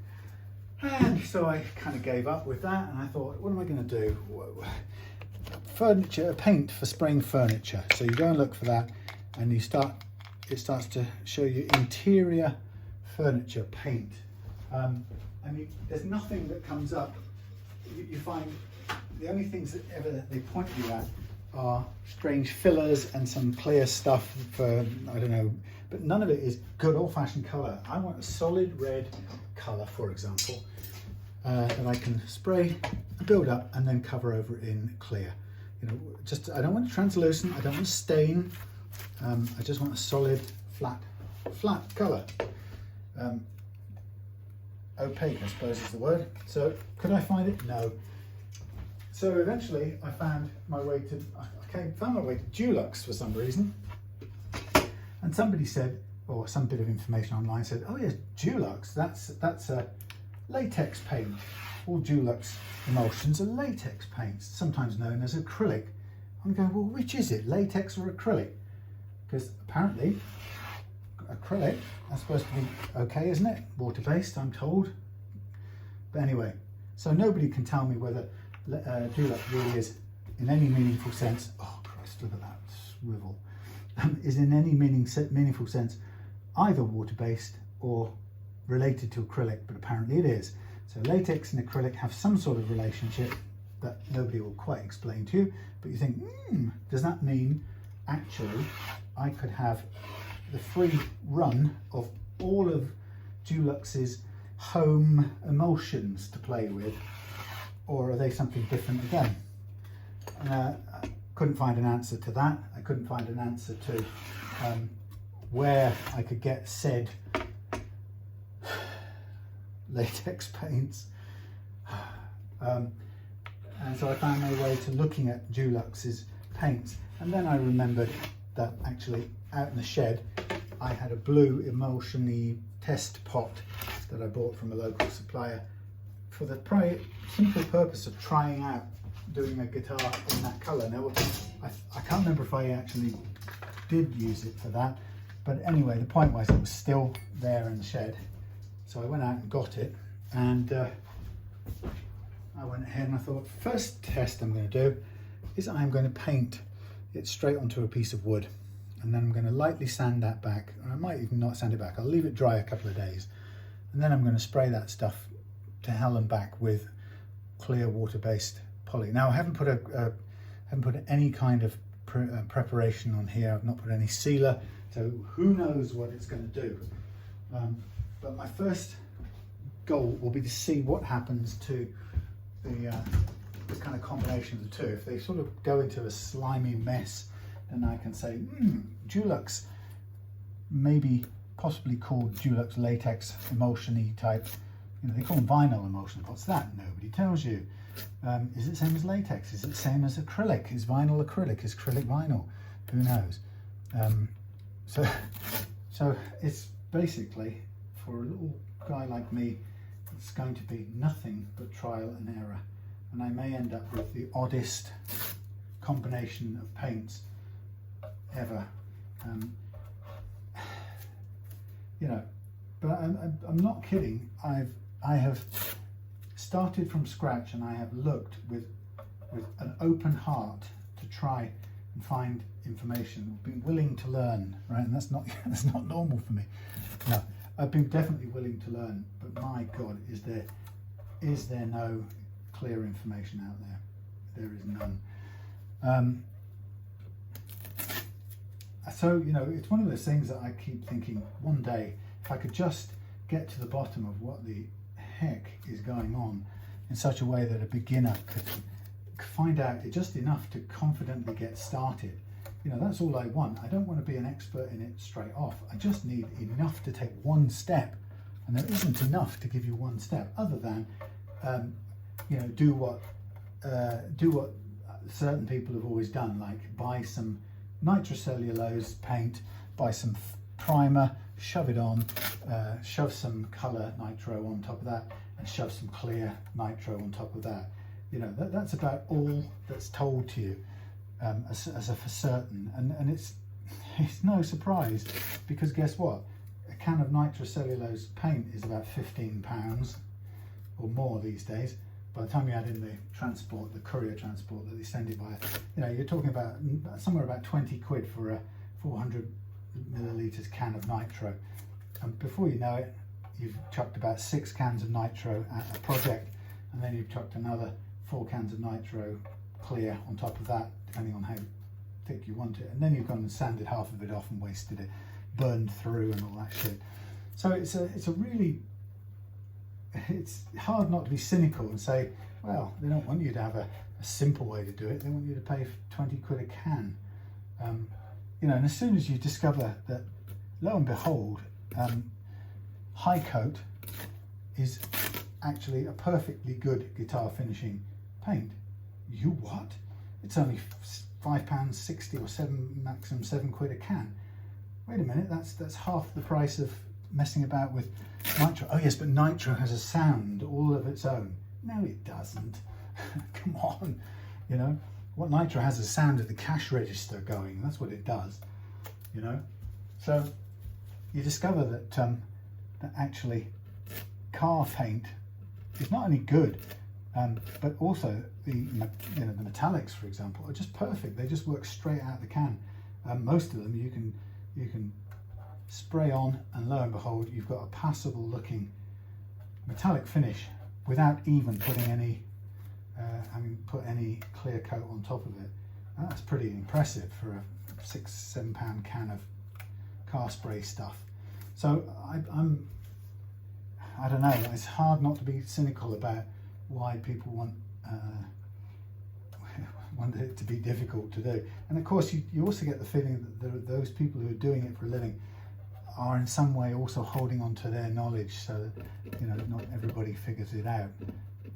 You know, precious, what do you call it, you know, jealously guarding their sort of magical secrets. You know, like you know, the magic circle. Don't tell them how you do it. So I'm at that place now where I can't be bothered to spend any more time on the screen going, how the hell does this work? And the trouble is, Claire will say to me something like, well, why don't you ask somebody who knows? And with all due respect, I have asked some people who know, and they left me not much. They didn't really want to. They didn't want me to know. It wasn't deliberate, but they didn't leave me knowing much more at the end. What they tended to do was help me out a lot, which was great, by doing the job for me. But I wanted to learn about it, and I didn't really find out much. So I've just had to start off doing it by doing it myself, and it's, like I say, it's a shame because it feels like reinventing the wheel. But genuinely, I don't think I can be the only person who's found a complete absence of helpful information. You know, just to get you started, confidently take one step. That's all I care about, just one step. Give me a color system, right, that I can use from start to finish on a guitar, right, with my high volume, low pressure spray thing. And I challenge you, if you think I'm whinging, inappropriate, I'm going over the top in a whinge, you go out and start with those search terms: high volume, low pressure spray. It's called a turbine spray system, right? And go and put me together a dependable system for color spraying, solid color spraying for my guitar, building fun, and solid color followed by a clear coat system. And I don't want cellulose toxic based stuff. I want waterborne at every stage, please. So if you go out and come back and tell me what it is and where I can get all those colours from, I'll be absolutely thrilled, because I think you'd be surprised how little information there is there. But I'm glad I bought the system in the first place, because it pushed me to have to experiment and find out the hard way. Okie dokie, I'm not going to do the sanding on camera, I will do it off camera. And I will sort of get ready to do some spraying in the other room. But this will be done tonight, and tomorrow we'll come back for possibly a buff out, if my other stuff is ready to buff, which I think it probably is. Adam's ones. We'll come back, we'll do some buffing, and we'll tackle the reworking of the electrics. Okay, thank you for watching this bit. See you later.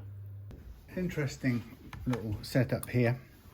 Well, an interesting little activity. This is the conversion of a removal of a boost circuit on this Levinson blade, I should say. And it's interesting because a lot of people have made comments like, oh, well, they sell these now, you can get replacement ones, and or you can fix that or something. And the interesting part is that my customer doesn't want it fixed. He wants the circuit removed. He never uses it. He's not selling the guitar. He doesn't have an interest about returning it to original or not. So his take is that he wants it removed, but he would like this switch to use. He doesn't like the pot because he thinks the pot's faulty, which it may well be. So he wants it removed, but he wants to retain the fact that this thing, when pushed, acts as a latching kill switch, because for stage purposes, he likes to be able to have this thing switched off and not to be making any noises on stage. So that's not that's my kind of gig. Anyway, so that's what we're going to do. And the interesting thing about it is that some folks seem to think that it's just a matter of removing something, or, well, you can't change the pots without removing this thing. This is an integral single thing that comes as one unit, and I'm going to take it out right now. The wires are mostly, are they already cut? Some of them are. All right, so I've mapped them all out, and one of the things that I'm going to do, because there's nothing showing of it anywhere in the world, is I'm going to do a diagram of this circuit here. There you go. Look at my hairy hands. I'm like some sort of ape. Yeah, look at that. Ooh. I can actually see what I'm pointing at the moment, which is quite good. So there's the little unit, 12 volt rated M250KA, and the little thing in there. Now, you know, I've taken a map of it. It's the VSC circuit.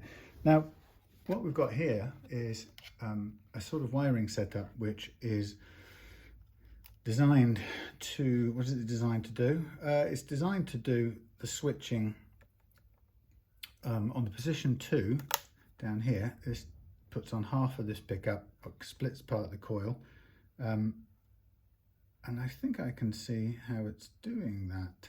Can I see how it's doing that? No, I actually can't see how it's doing that. That relates to that. So this has got to send this to ground. Let's have a look at my, down there. I can't even see. So I'm looking at, where's my thingy there? Right, so in that position there, position 2 cuts across from there, across to there, that's position 2. Position 2 connects those two together. That's the bridge one, sorry, the middle one and the bridge, and there's the bridge pair there. But somehow that one also gets shorted out, or shorts out, this coil split. Or if that goes to a signal, that actually beats the other half of the coil. I'm thinking, he's thinking, start, end, finish is to hot from this thing. I mapped it out a minute ago. Where did it go? We had the neck, middle, and so okay. So we didn't have. That's interesting. So we didn't have a separate hot to this. So we've got the output from this pickup is green, black, and a coil split pair. So one of these is the hot, but both of these, that one's going to. Okay, I got it. Yeah, right. So let me see the position on the switch. That should be going to humbucker only. And it's going to that one and that one.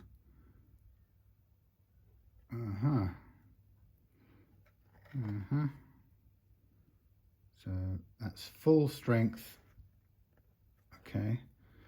And then that one disconnects. No, that's still on, but it has to ground something else out. Bizarre, right? It's not touching. That's not touching, but that's a lower one. Ooh, this is interesting. So this is a custom. I think this is a custom-made switch. Don't you know? That misses that one. Misses that one. So it's got three. No, it's got an extra long tab down there. That's interesting. So the question here then is, do I may have to retain this original functionality, which is okay because it gives me, it still shows what comes out of here. I can also still, I was going to add back in a tone control here, which will be the push pot.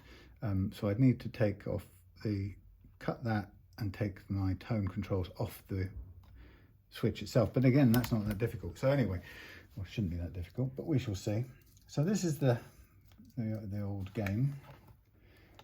So that first of all won't fit because it's the wrong size. The question I have to be sure of is, does this fit inside the thing? Because if it's too big, you don't want to end up with a fit problem. Switches, eh? Switches, don't you just love them? Yeah, so there's a, you know, I know that there will be people go, oh, you shouldn't do that, mess with the Blade original fabulous genius switching and all of that, and I totally get it. It's a much loved and well respected thing, and when your customer wants it done a certain way, you don't lecture them on the sort of connoisseurship of certain types of guitars. Now I checked to make very clear with Mike that he wants this functionality, or he wants this thing, doesn't want it repairing or replacing, he wants it removing. Okay, that's fine. It's his guitar. It's a keeper. He loves this guitar for good reason. I mean, it's a beaut. Yeah, there's no doubt about that. Okay, now that's my only concern. I'm going to measure the depth of this while I'm at it. But for that, I'm going to need to get the guitar out of the case that I brought it back up to the workshop in. Here it is with its neck already done. I'm just going to measure the depth of this pocket just to make sure I have got enough room. I'm absolutely pretty convinced, absolutely almost perfectly convinced that I have. 37.98. Yeah, tons of room. No worries there. So, anyway, I've already done a couple of the pre-wiring things here. I've just wired the two sides of this switch across to make it into basically a latching kill switch. That's what it's going to be. So we're going to keep almost everything else here, except I'm going to add in a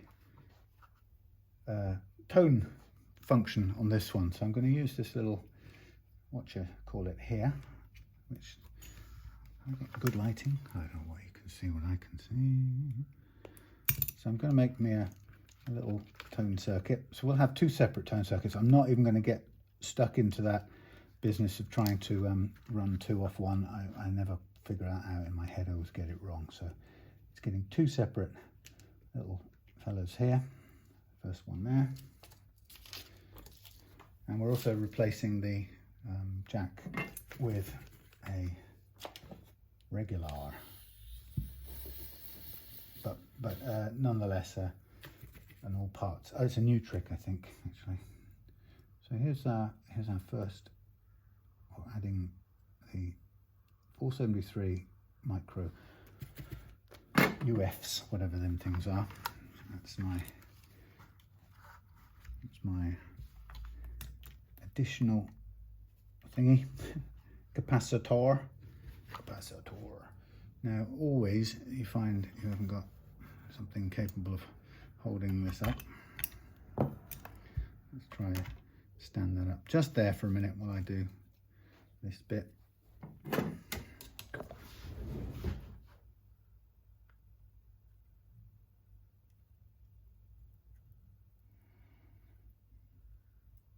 It's moving. Oh, how crap is that? Ah, that's all do. Not what you want. My elping hands didn't really come in that much elp right there. Okay, so now we've got our 47.3 capacitor on there, and we're going to run at present there's a sort of right, let's take a couple of things off. At present, the tone circuit currently is a master tone, so basically it shares the volume pot input lug. So I'm going to split that away so that each one has its own tone. We might as well, since we've got a whole new pot there. There's no need. So what I'll do is, in fact, I don't even need to cut this any further. I'm just going to take that off there. We're still attached to that one, and we're going to come off the switch directly. I'd never seen that done before. I was doing a little bit of looking online yesterday, but of course it is possible to do, just jumping straight off the input parts. Doesn't really matter where you hang your tone circuit to where you hang your tone circuit. So I'm just going to get me a little bit long enough. Comes there. And then we'll make this pot into just a latching kill switch. Simple push down in line with the others. It will be playing up and it will cut the whole signal, which is sort of what it was doing before, but with older equipment. Now I'm not sure these need replacing. The reason why is I played the guitar and they worked fine. I originally had it down to replace them, and I got alpha pots over there, so we could do if necessary. I'll just hook this up this way and test it first, because I think it's good enough. They're in good enough condition, those pots. They're also very free running, which I liked as well. They didn't have any stiffness to them, which a lot of modern pots can do. Actually, I don't really know about these, but we shall see.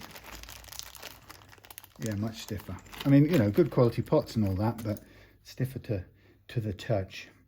So we're going to put in this one here. So this is treating this pot now as a standard tone pot at this point, and then we're going to hook up the two sides of the kill switchy part of it in a minute. Damn.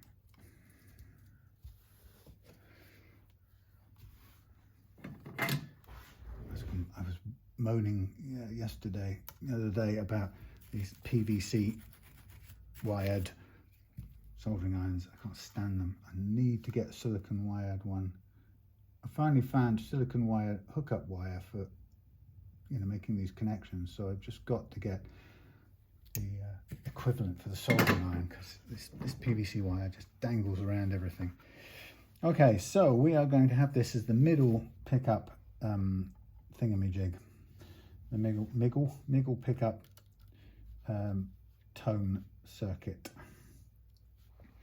and that's going to come off the top of middle, top. The middle is going to come off here, hopefully without anything else falling off. But I might just do with my special helping hands, if they'll do the thing for me.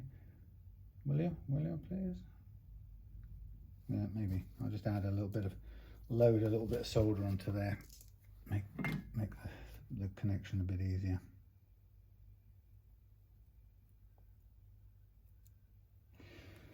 Thank you.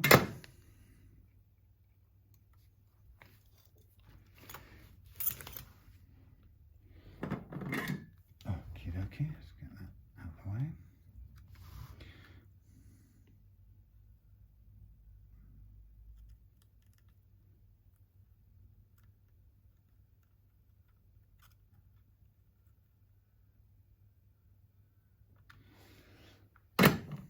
That's to there, jolly good.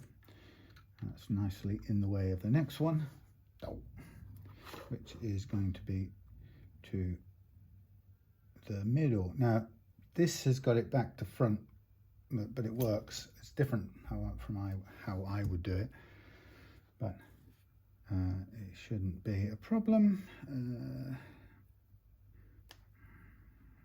Let's look.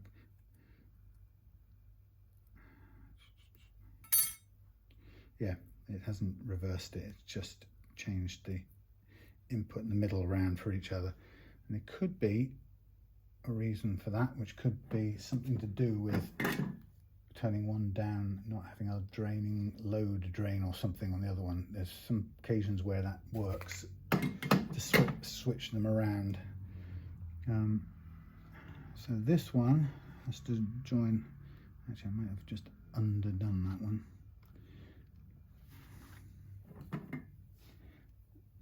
I love the dazzling you get when these things,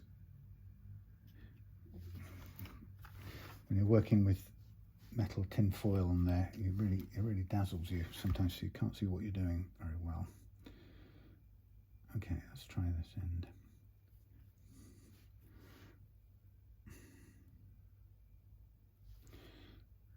not a lot of room to access this.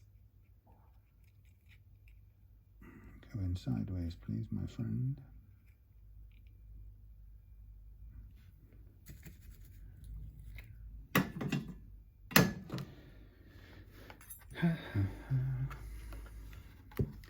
So I'm just going to double check this against a different kind of switch, because I wonder if this is in fact any special thing going on here with the switch. I'm not sure entirely if it is.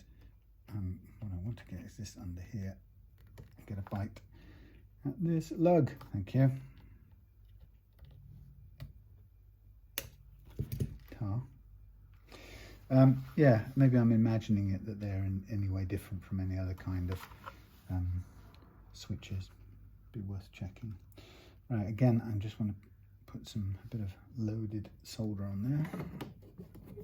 Should have done this one first because it's underneath the one I did first. Oh, there we are. Maybe I lift that up there and thread that through there, seated on there like that. Ouch. Okay, so direct connection to this tone circuit and to this tone circuit. We've got an awful lot of spare ground wires off here, and all of them are kind of useful probably, but in a sense they're not. Well, we'll use a couple of them since they're already in place, but I'm going to take some of them off because they're PVC covered, and I like to use the silicone covered ones, as you've probably figured out by now. So I'm taking these stumpy offcuts away, and then we'll just have one of these to connect this tone pot up, or to ground it I should say.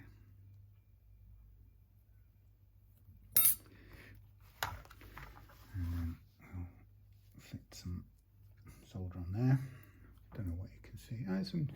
It's in frame, it's not very close up I'm afraid, but so there's no doubt about it, I am not an electrical expert. I'm doing what my customer asked me because that's what he wants.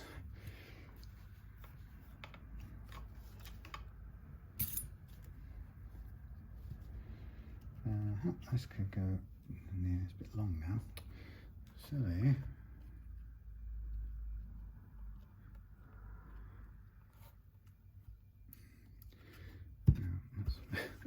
Now I can't reach it properly.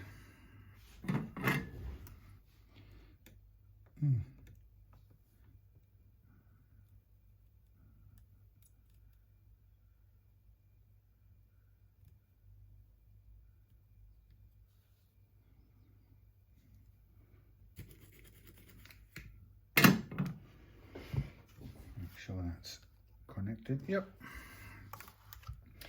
Okay, so what I've done is I have disconnected, I've taken a direct line out for the tones, and at the moment now we don't have anything coming out to the jack socket. We've got no signal out, but we can rectify that in a minute now with this piece of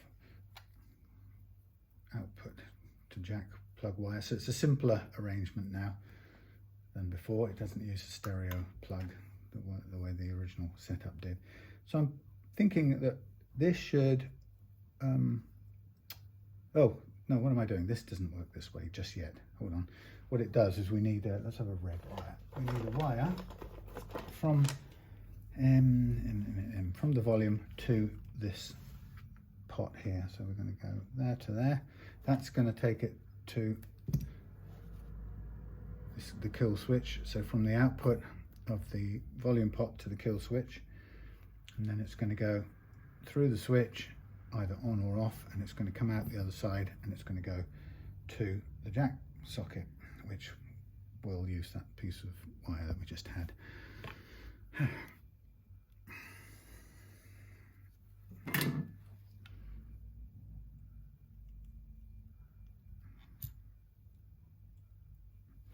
So this has to go on one side.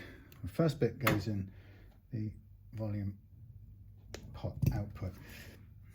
And again, there's not a lot of room here, so I'll just do a bit of out of the way bending, hopefully. Perhaps we'll encourage something with a little bit of a gentle push. Thank you. Good.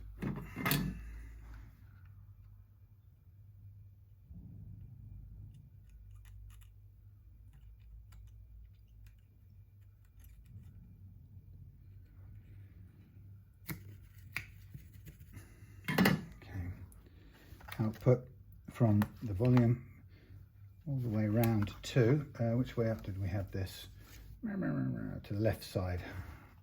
So, round to, that's probably too much wire, isn't it? Sure is. There's no point having excess wire floating around in this place. So this goes into the left side as we look at it, of the switch, and then the let me just think. I'm just checking. Everything else shouldn't need altering, unless I should be able. I'm not. The thing I'm not 100% sure on is whether I can just do this in the way I've redrawn it, so that if I had to do it from scratch, effectively including rewiring the switch a different way, a slightly different way, then this is no good. Let's put a bit of solder on here first. I've drawn it out slightly different.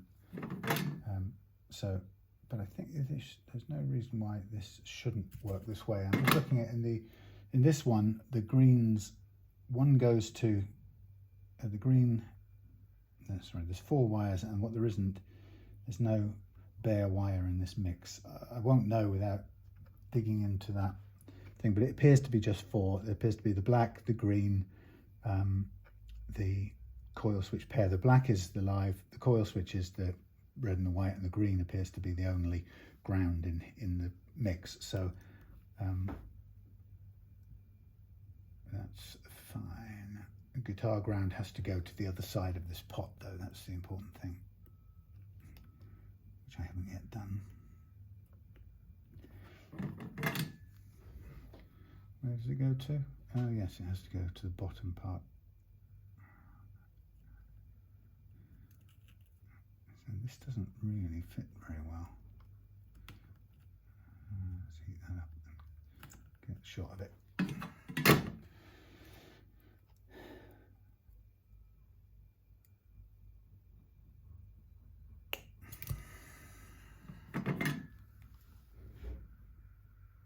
Actually, maybe I'll leave that one floating because it's the upper one. Let's get the ground wire hooked up. I suppose in some ways it would be easier if that was a bare wire, wouldn't it? There is nothing in its way. Let's use a bare wire because it will get through quicker.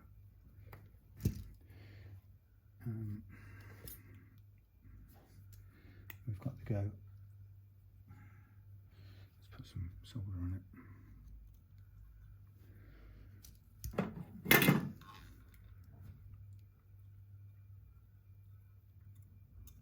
Drop some solder, shall we?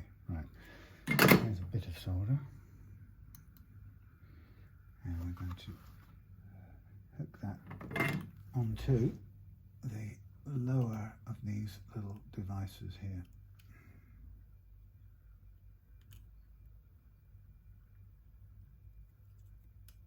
Come on, fella, get in there.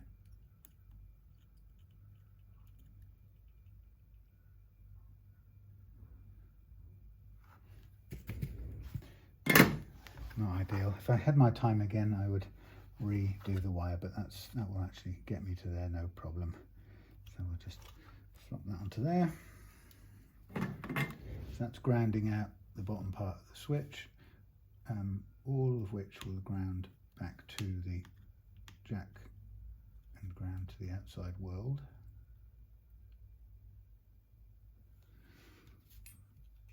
Come on, thank you. Nice, nice, nice. Cut the remainder off.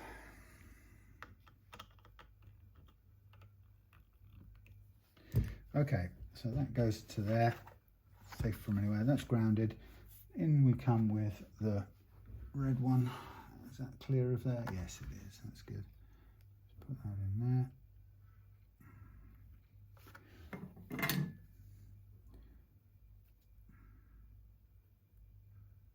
Come on. Through you go.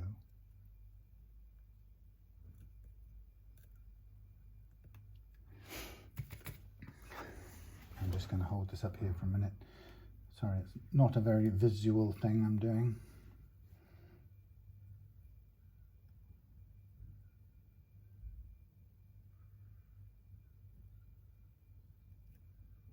You swine. It did exactly what I didn't want it to do. It joined up with the ground. A blob of solder. But then I separated it, so it's all right. Okay, and that sort of floats around there. It's a little bit over. There we go. Sit on there. Right, now the next thing we have to do, so that's half the switch, half that's that. So the next bit that comes out the switch is the bit that now finally goes out to the jack socket.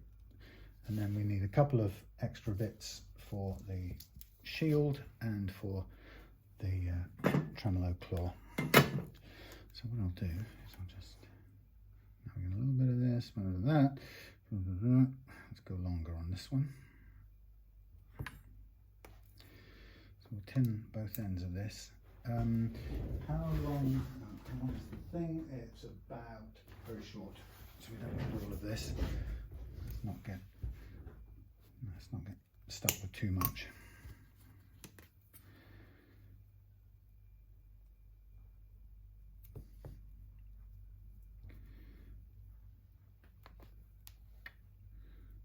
Checks the shoulder, rolls back down onto the bench. All gets vacuumed up in the fullness of time on the big clean outs. Okay, so I'll tin both ends of these things and they'll be ready for fixing.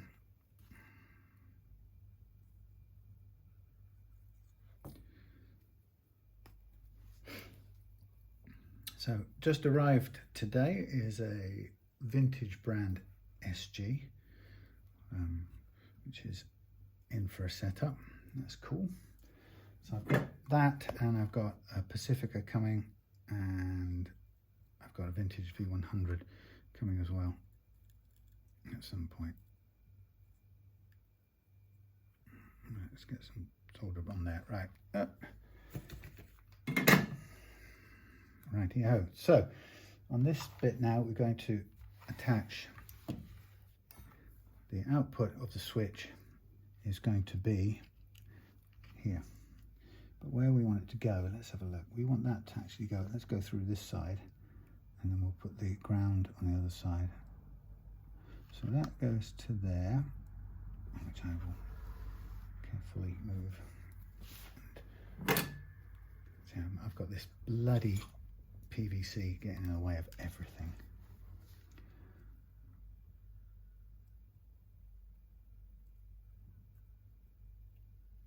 There you go. Obviously double check that that doesn't hook up to anything it shouldn't touch. That means now I can hold it in place by looping it around and just attaching it to there.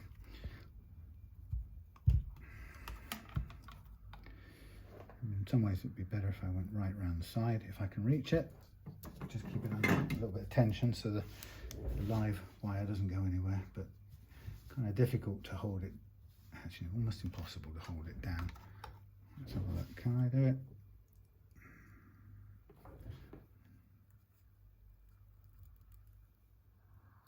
Maybe. Heat that up. Oh God, there it goes, it's going to fall over.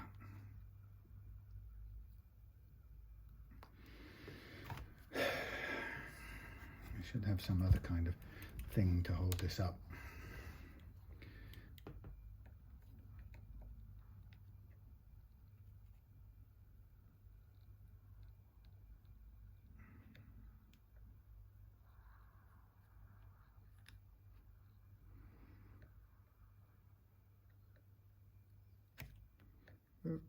Struggling to transfer the right amount of heat into that. That's grounded nicely with the right amount of thing left over, thing being wire. I didn't tin those ends, forgot to do it.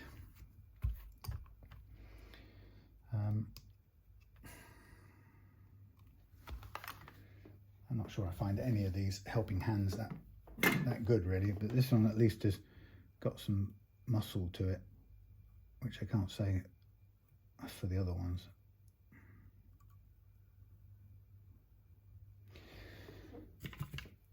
So with this, I'm half expecting this not to work, only because this little unit may have more tricks up its sleeve than I'm aware of, but that's fine, it's just how it is. Let's use some green that doesn't get used very often. I'm kind of running short of black, so we're going to go to the shield and then to the claw. Shield and claw. This is great stuff, this floppy, wonderful, where are you? Wonderful floppy silicone wiry stuff. And the magic arm, come on magic arm, see what you can do. Change the view just for, no, that's all rattly, that's no good. It's come undone just by sitting there. Right, so I'll just join these two together at the base end, bottom end, and then they will be going to different places to do same job, different places. So,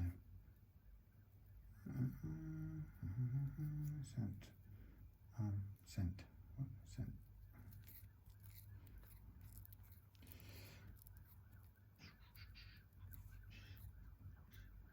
So, you won't be able to see this bit, I'm just going to put that on there for a second while I give it some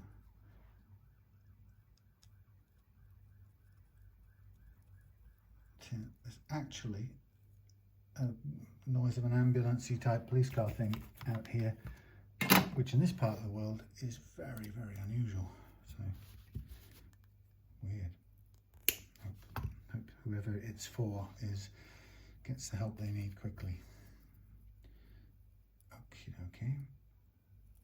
So in a second, what I'll do is I'll tin these end bits as well, and then I'm going to test this and see what happens. And if it doesn't work, then I may have to just go back and do it all from scratch in the way I'd originally drawn it out.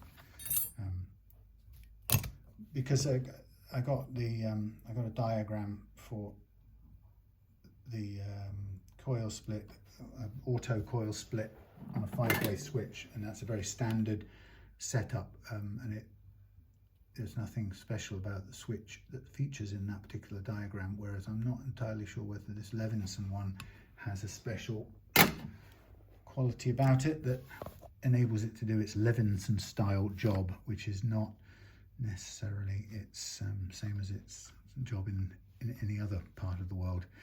Okay, I'm just going to stop beeping at me. I'm just going to look at where is that. So that's going to come, that needs to be closer to, we want to be as close as possible to there. That's not a problem. Probably this will do actually, the middle one. Just looking at which of these has the most solder already going on. And it's clearly this one. So I'm going to try and add it to the party and get a decent. Do you know what? I don't really want to melt the rest of everything, but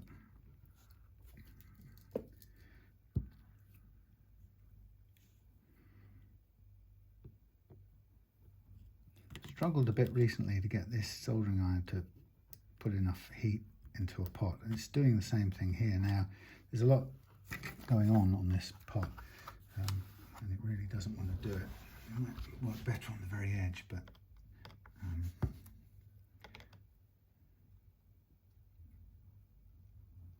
it's weird.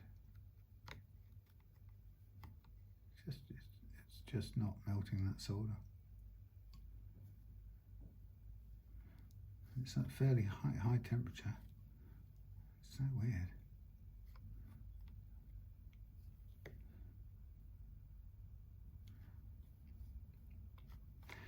Now, it's not, I hate this. I'm going to swap it out or use a different one for this bit.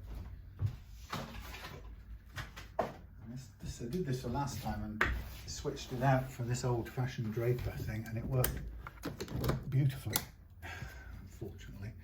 I could be that I just I can't afford to trust the heat on the gauge, temperature gauge on the other one. Right, you're on. Just let it heat up. Ah, look, there's my. I just discovered where my jack socket. Decent Fender rubberized one. See, there's a theme there. Okay. Yeah. So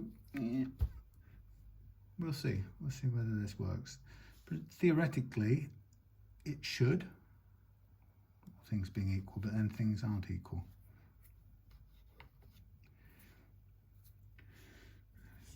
Let this warm up.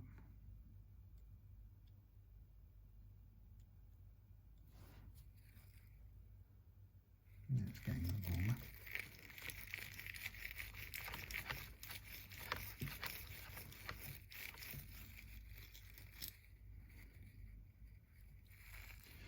It's a knackered old thing, but it still does its job.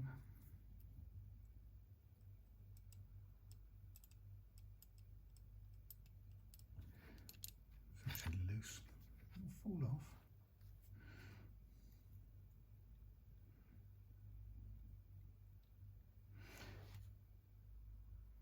Takes a while to get there.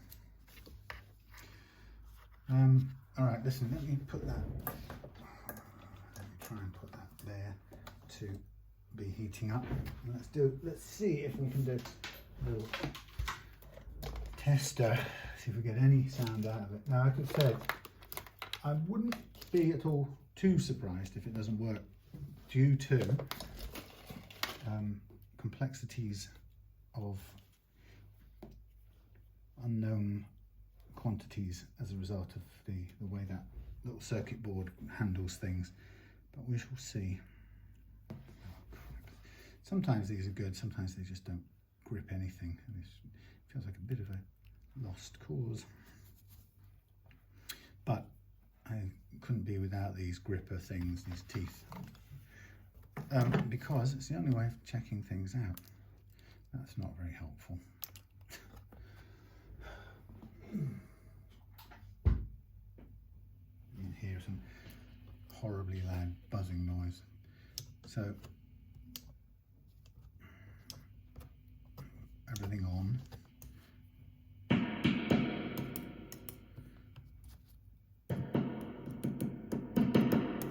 Yeah, seems like it's the so middle. Oh, sorry, neck. Tone. Yeah. Middle. Look at that. That's not bad. It's good. That's what I like to see and hear. I keep vacuuming this. I use the word vacuum. I keep vacuuming this thing, but there's little tiny bits of metal in here. It picks up whatever bits of metal that have come off various jobs along the way. So I need to get some tape out. Oh God, this has got the worst PVC of all of them. Need to get some tape out and just lift off the bits of metal, little filings that are sticking there. Okay, so I'm going to chuck a load of heat at this joint here for a minute and beg it to just stick these ground wires to the whole thing. Come on. Oh, well, that's really good. That's a fantastic way of doing it. Just pulled it off. Right, stick down now and stay sticked. Don't get caught in my boiling hot soldering iron thing. everything's nicely melted there. We'll get a good grip on everything now. So that's a better iron at transferring a lot of heat in one go. As simple as that. The other one, don't do it, unfortunately. But I'm gonna have to remember to put that there and switch it off. Okay, so there we are. Our bit's ready to go through, everything ready to put back together again.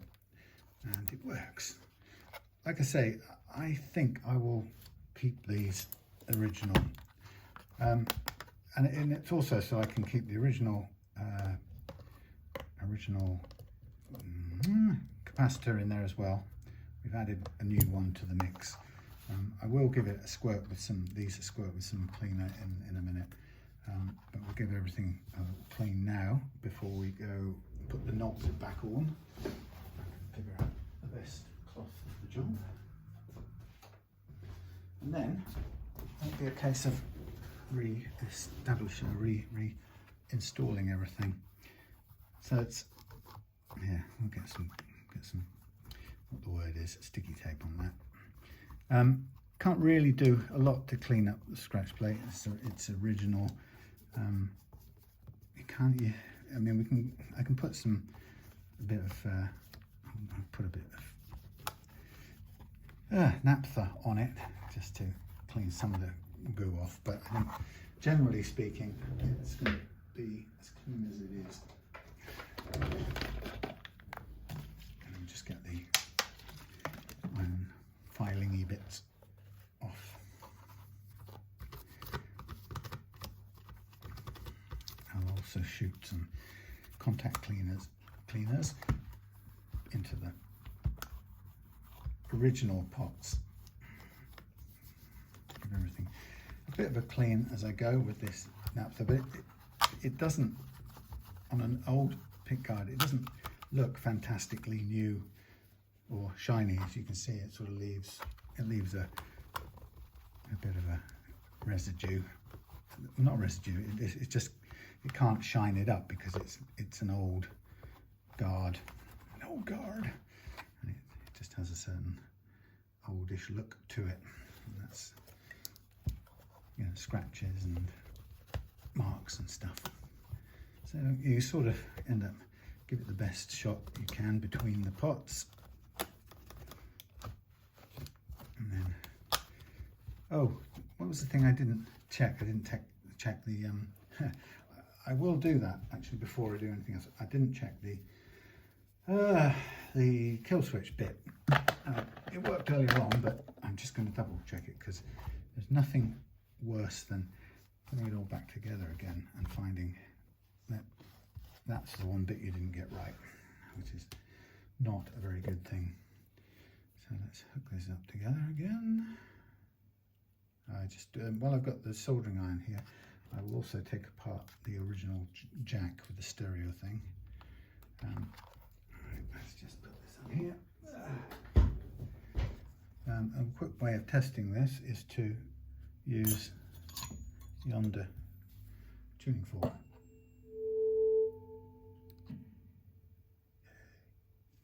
Now, it's all good. Turn up.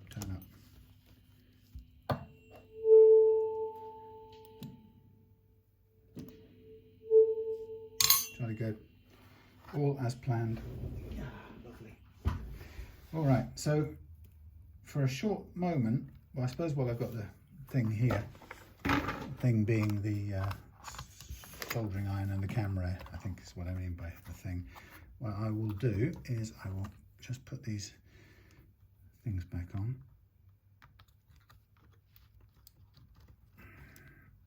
Oh Christ, I hate switches, pots. I was terrified they're going to break.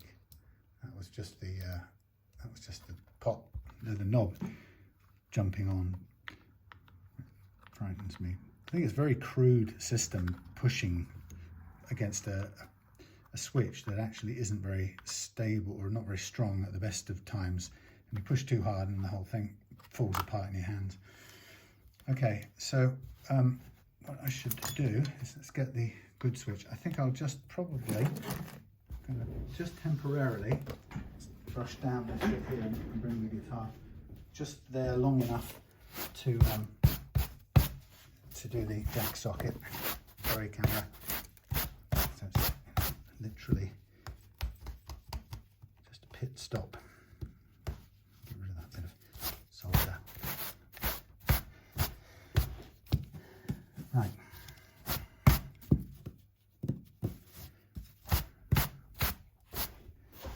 Out of the way, that's what we need.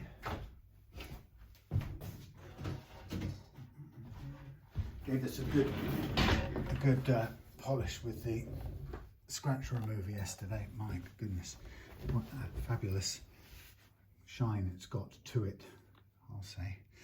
Right, so we've got a couple of things. So this is the not tricky bit, but this is the bit that always gets me sort of hot under the collar. So we have to get things through holes and ready to do things with things whilst sticking some things in place there and then. So I think what I'll do is I'll just stand extricated. I'll stand this fella, lean it over against here one more time, and then with this one I'm going to with my PVC wire getting in the way, I'm going to install this to the the shield, the Faraday cage as it's known. And again, this is acting a bit like a heat sink, so this slightly puny iron is struggling a bit, but okay, that's good. Shield grounded. Ta-da!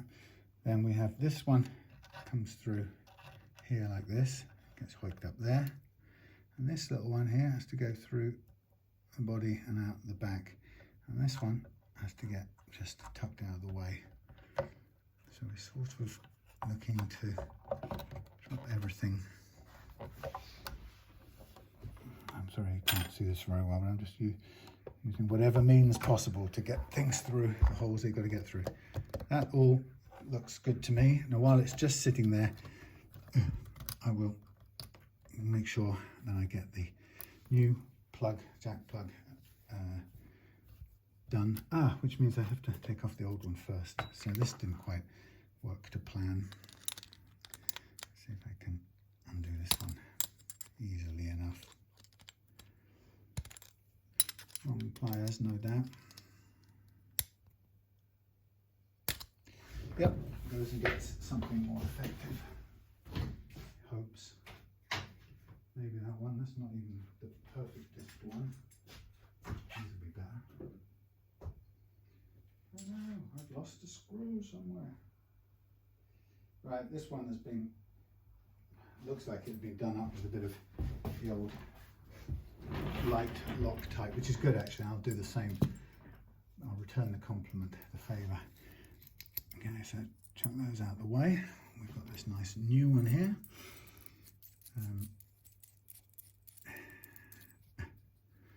So, just first of all, does it fit? Yes, that's good news. It fits.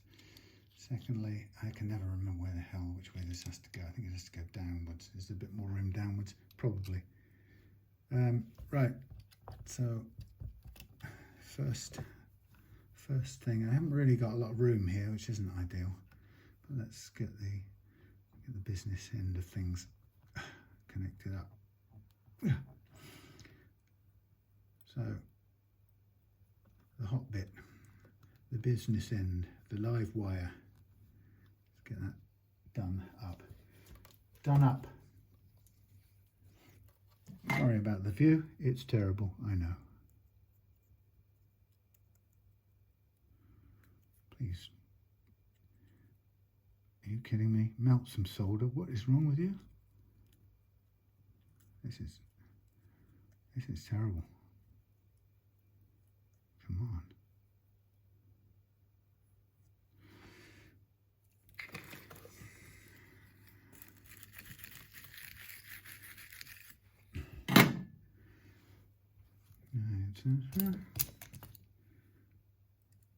Cut this excess off.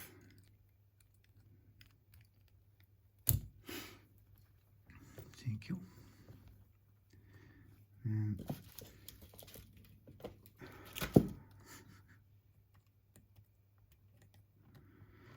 one-handed use of pliers, not very good. Fail.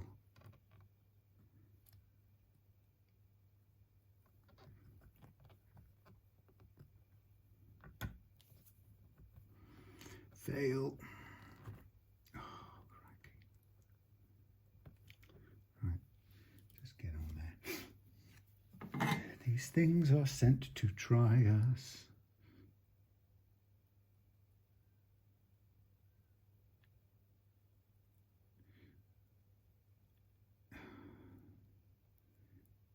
This is failing to melt the solder. It's driving me insane. Play the game, play the game. Oh my God. This is such a terrible angle to be trying to do that at. Come on. Thank you. Terrible, terrible, terrible, terrible angle. Right. So, next on my list is a little bit of the old low strength Loctite. I don't know where you're looking. You're not looking anyway. It's not your fault. I do apologise. It's me fault. So I'm going to put a little bit of this onto here. Some of which will get wiped off there.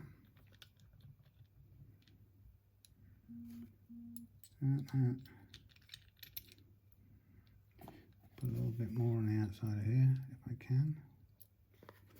Thank you. Great. That's what happens when you leave yourself almost no room to work with. I was trying to minimize the amount of wire, and I certainly did that, but probably not to my benefit, really. Okay, so I'm just going to carefully do this little fella up whilst hitting the camera.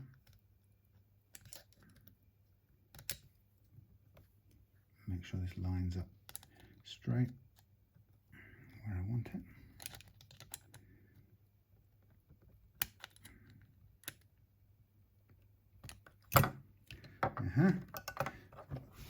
What I'll just do while I'm also at it still doing this, I'm just going to check. I always check this, just make sure I've got this in the right way up and that it goes in. Sometimes, I don't know why, blimey, that is a stiff thing. Sometimes these, if they're not deep enough, they you can't shut them on them, if you get what I mean. Okay, right, so that's that done. I'm going to take it to the, and the bench is untidy as well. I have to tidy up. What I'll do is I'll put on some new pickguard screws because it could do with some nice new material. Whether or not these are made in the same quality place as Levinson ones is anyone's guess, but the answer to that is obviously no. But let's just line these bits up. Nice, nice, nice. Everything's in line, good.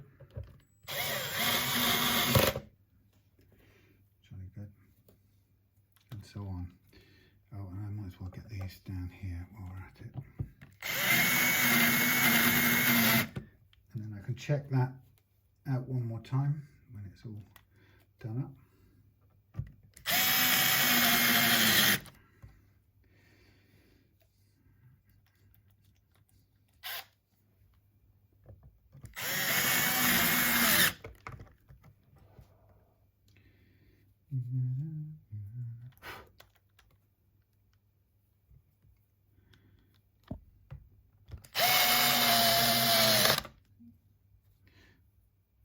Okay, nearly done. Time for a, no, it's not a cup of tea because I haven't got any milk. It will be time for a can of Pepsi. Not that they're sponsoring me for this episode. Righty ho, here we go. This is time to restring and set the tremolo up on this beautiful Levinson blade, which is now minus its little doofer, what's it called, the VSC circuit, but doing everything else it did before, and exactly as Mike wanted it. So cleaned all the bridge, not the saddle, that's not the right word, the tuners, and now I'm just going to put a little bit of oil onto the fingerboard and we are ready to go. Interestingly, somebody somewhere made a comment about, or on some other place, said something about the Levinson having stainless steel frets, and I'm not sure if this one does or not. I can't really tell just by looking at it. I also couldn't tell by working on the frets, that wasn't immediately apparent. And the other thing that made me wonder whether or not these were or weren't stainless steel was the fact of how relatively flat they were and how warm they were down at this end previously. So you know, for stainless steel, the whole point of stainless steel is that it kind of is a billion times harder than your strings, and will outlast your strings whatever happens. So the likelihood of it being stainless steel and showing so much wear on the strings, on the frets themselves, is don't know really, didn't seem quite likely to me. Okay, so we've got everything together, everything's playing. Now it's time to load up the strings. Obviously I have moved the let me do a couple of things first. I've moved the what have I moved? I have moved the saddles around, so the intonation will not necessarily be in place. Now before I string this up, I'm going to start by screwing in the tremolo claw screws right the way in, as far as in as I can go. I want them pretty far in. While I'm at it, let us also put the battery compartment case back on. And this time I'll do it the right way round.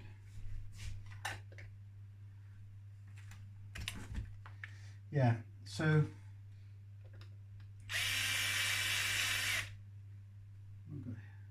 what's that? That's oil from just where I put what? Getting oil onto this. Where did that come from?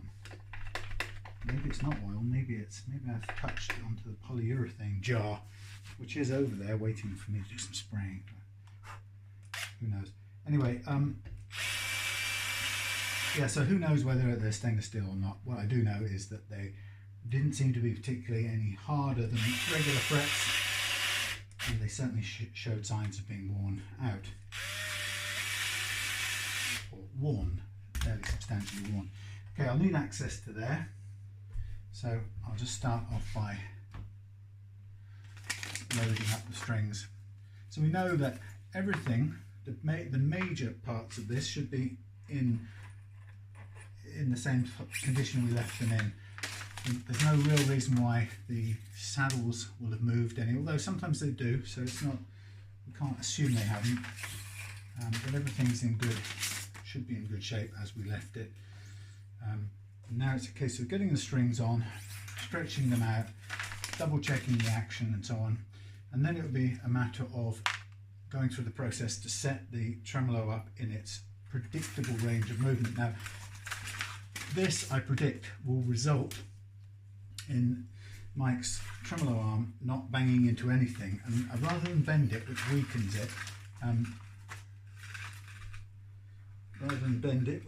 it, I would like to hope that that will fix it adequately. I think it will, judging by how far that saddle was already leaning. It was much too much, so I don't think we need it anywhere near that far over. I know we don't.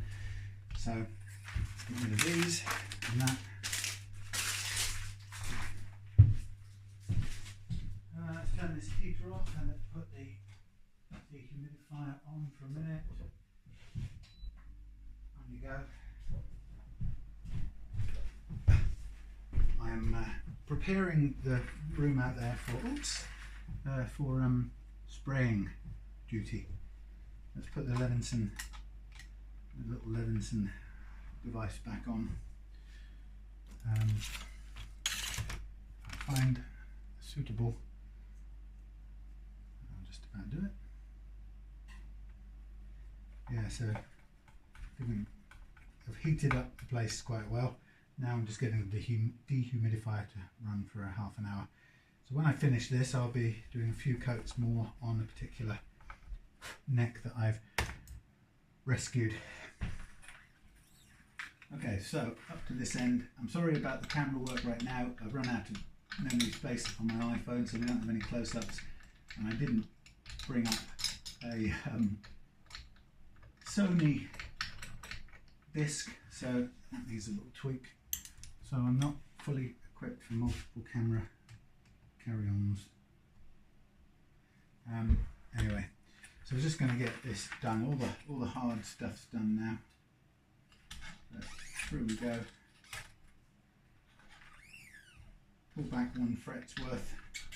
Wind it on over the top, underneath, on the second run round. And then, while you get the chance, before it gets tucked away somewhere, chop off the excess. The main thing when stringing on a strap is to make sure that your balls of the strings are through right up inside the bridge block. Otherwise you can get a surprise when they catch and then come forward at a rate of knots. Not only does it scare you, it gives you a very live bang, but it also leaves you with some very nicely crimped piece of string right there in your playing in your playing area, which you could do without.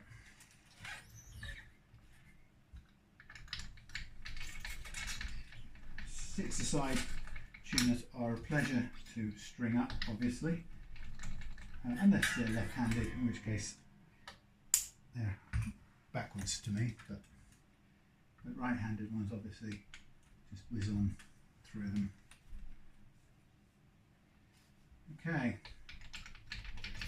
I think what I'm going to do is I'm going to go and draw out that circuit diagram in nice graphic styly, because I don't really know anyone who's put one up online, and people seem to have to write to Gary Levinson in Switzerland or wherever he's based to get him and ask him to send them a copy of the diagram, and it must be quite tiring for him to have to find it and send it on.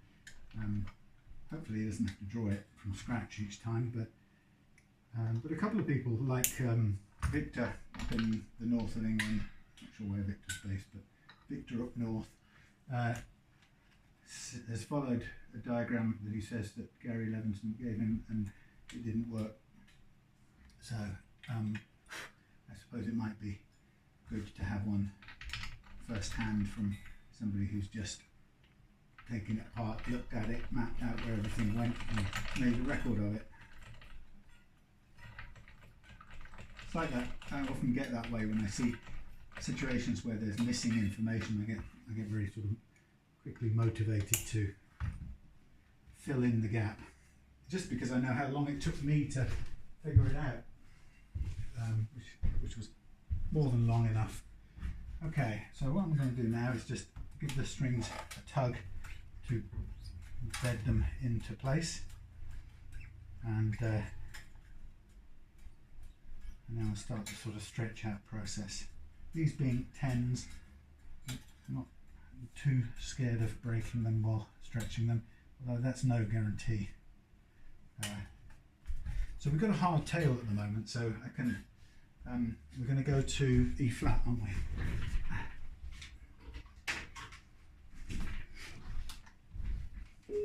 I must remember to set it back after this.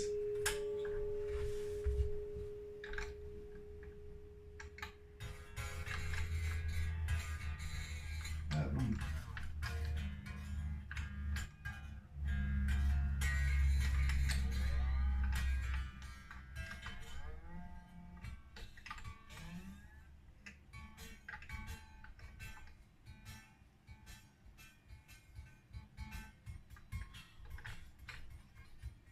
Okay, so the first thing that happens is, since we're no longer floating on the tremolo, I'm going to have to readjust the settings here to get the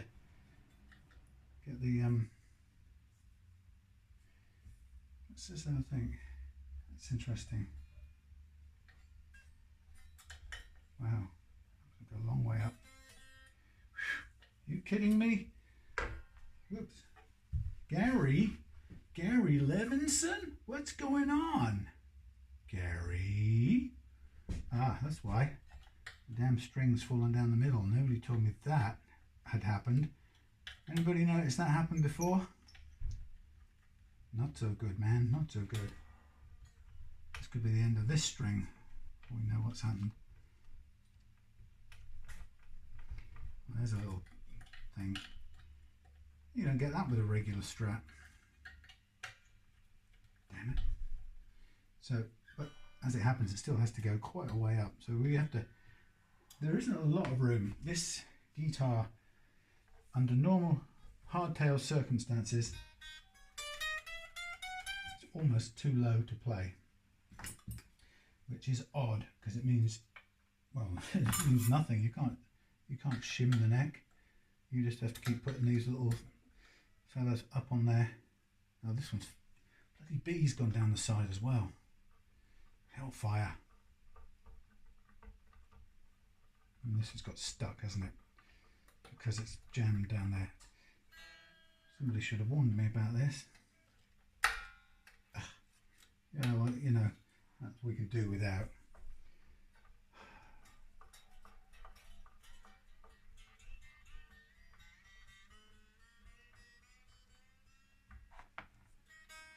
Right, so first of all, this action is too low, which means these really have to be kind of sticking up in the air to work, which is odd for such a precision made guitar. So I'm going to take this to the 1.2 that I want it at, and then I'll go across and do similar to all the rest.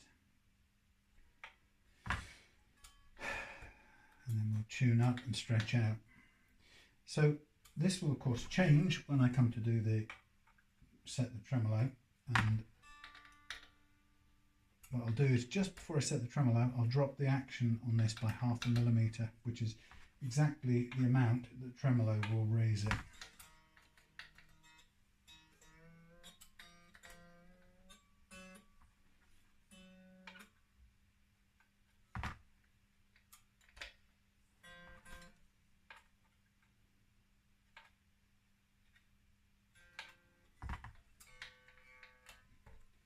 I'm surprised at how far up this has to be.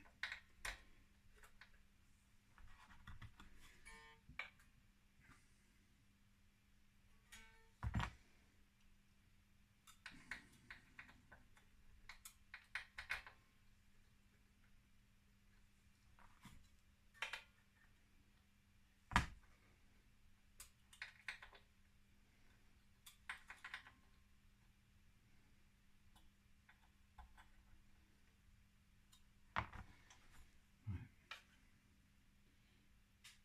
1.5. Stay where you are. 1.5. 1.5. Tiny bit under.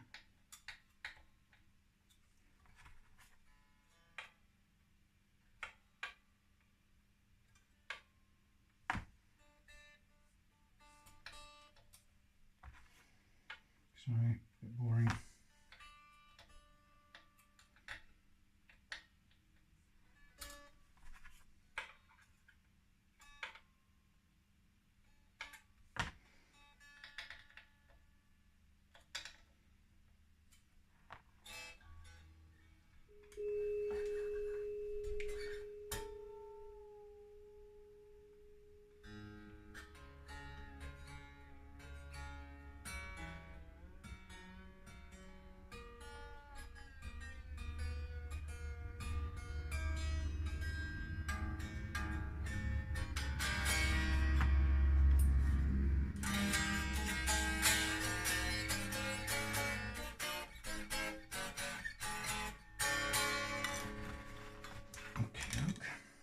So, do some do some stretching. We'll keep this here and leave that for a minute. We'll do some stretching, get the slack out of these dear strings as much as we possibly can before committing to the tremolo setting. And the range of tremolo setting that I use is the Frigua method, which ends up being 1.5 tones on the G, a tone on the B, and half a tone on the high E. And that never could work out why each string has a different range of increase.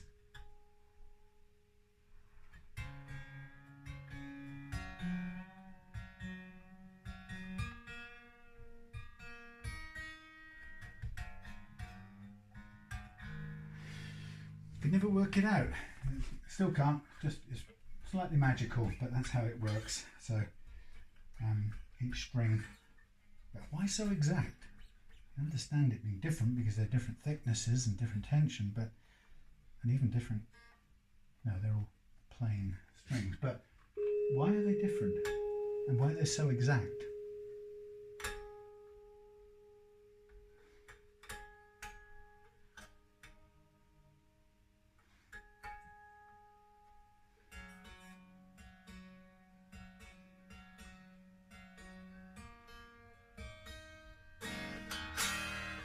Brilliant. So that's what I would call thingied out, stretched out. So I'm just going to mark the end of this here thing here. Now what I'm going to do, this looks like a rude little drawing, but I just mark this so that I can adjust these downwards. So I'm going to do a downward adjustment. So I want to turn each of these or back of the screws out by half a turn. Okay, so half, half, half, half, half, half, half, and so on. Now that should be exactly 0.5 mils, and that will be the amount that this action goes back up. Now currently I would say that this would be slightly unplayable at this action. And actually what I'm seeing first of all is that this low E is at 1 point. That's right, this one is fractionally too high, or is it wrong? No, they're all about right. Okay, so now comes the fun part with this tremolo arm. So the first thing we'll notice when we put the tremolo in is that it's even fully wound in, it's still, it says, will I ever get there? It's still, yeah,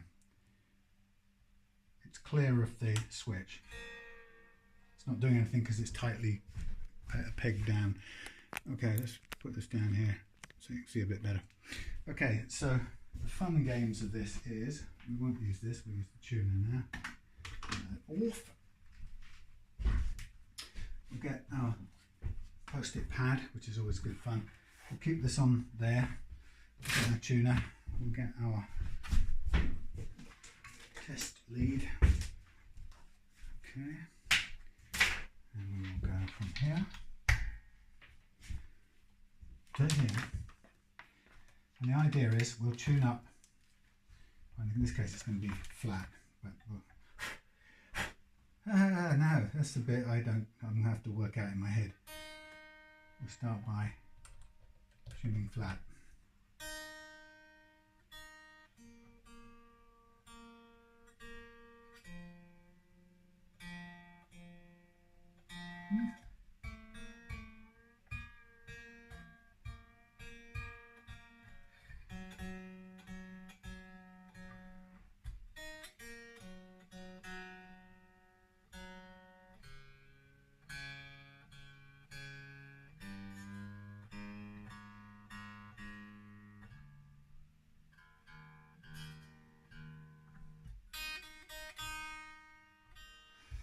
We tune it to E flat here, the reason it's, of course, it's out of tune is I've dialed down the things.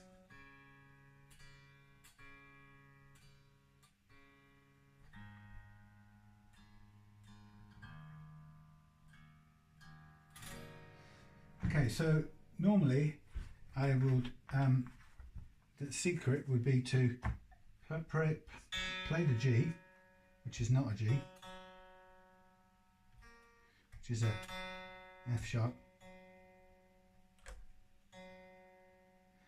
and normally I would press it down to E, but this time I'm going to press it down to E flat.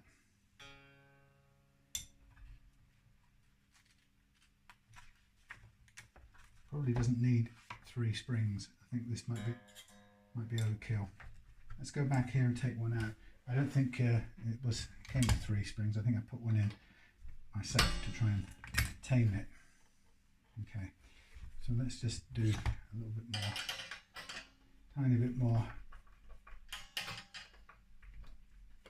getting it prepared.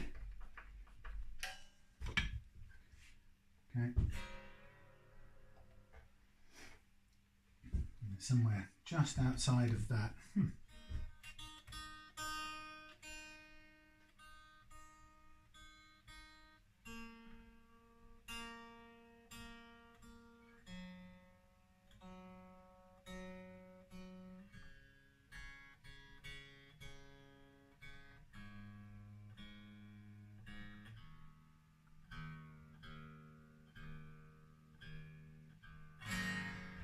Okay, a bit more movement. Right, so I'm going to go on this G string. I'm going to go from, hang on a minute, is this pulling it forward? Yeah, this is tricky. This is somewhere outside of, it's not quite, 2 springs is not quite enough, even if I'm right to the wall, which I am now. Let's see if 2 springs is enough.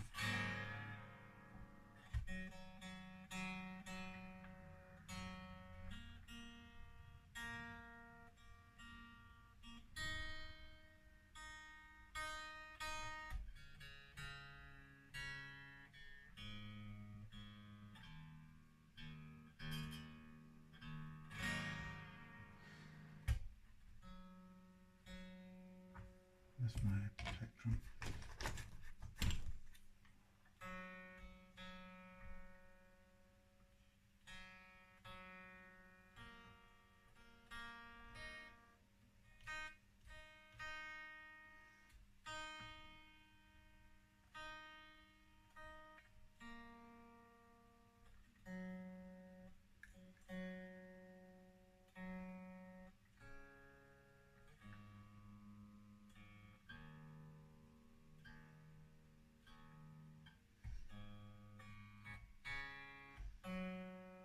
Right, so G or F sharp down to E flat.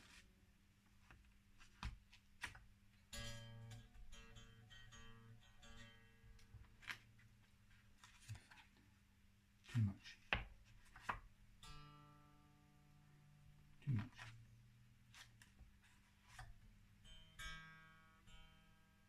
Nearly E flat. One more sheet. One more sheet. 2 more sheets. 1 more sheet. Okay, E flat. So now we tune back up to F sharp.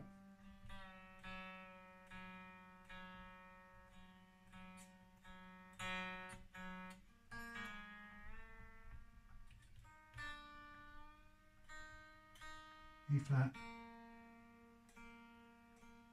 E flat, F sharp,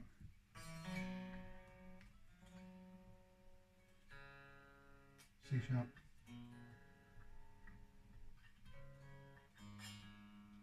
G sharp,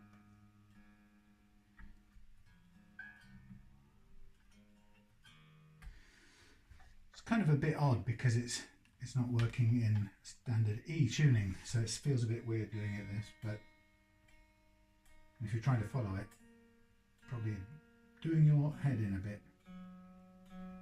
Basically, I'm setting it up for the amount of bend I want out of the upward bend I want out of the tremolo in its floating position. It's easy enough to make the tremolo float. So once I've got this all tuned,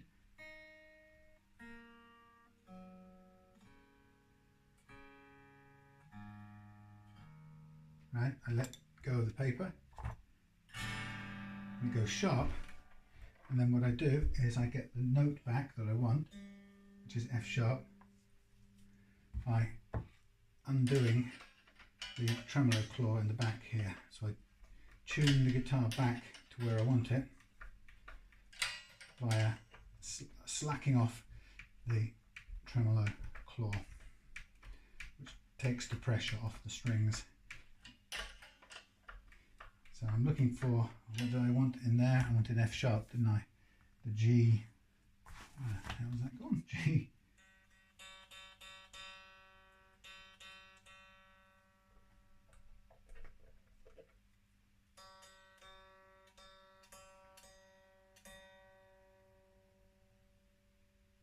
What's wrong with this? Why isn't it making a good noise?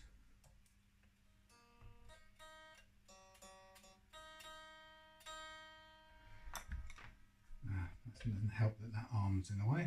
So we should almost be on E flat any second now on the top one. We can use any one to get to tune, but I think it doesn't help that this arm is in the way. Better off with the arm off. We're almost on E flat.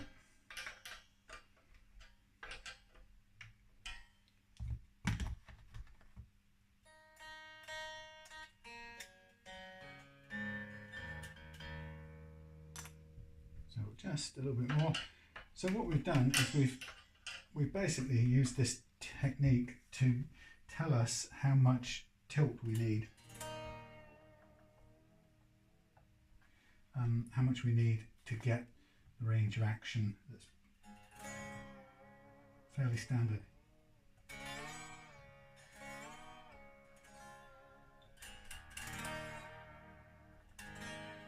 There we go. And it's much less tilted up than it was previously, and so as a result the tremolo is actually sticking up here much more. There, we got it all done. Now the only thing I've got to just check now is the intonation.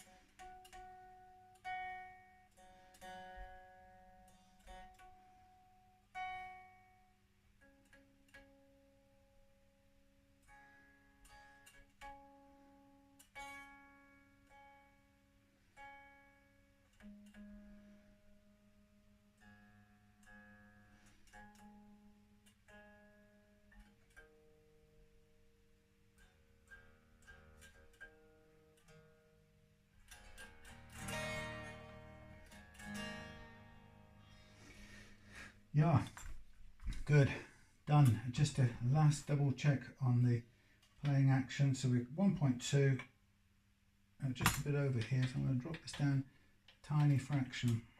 Shouldn't make too much difference. We want to be just over 1.2, which we are. That's good, that's better, that's good, and that's good too.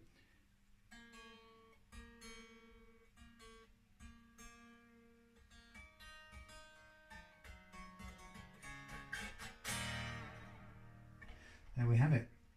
So the only thing I just want to do now,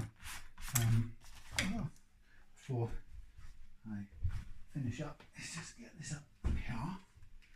I've got to put the cover on the back still. I just want to make sure that we've got our pickups and everything working.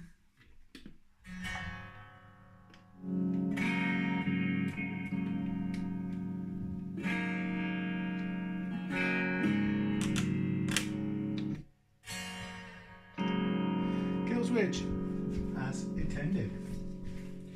Booty. Take it home, give it a polish. Did it have three springs on it or two? I can't remember. I've set it up with two now. It actually doesn't matter the lighter it is in a way.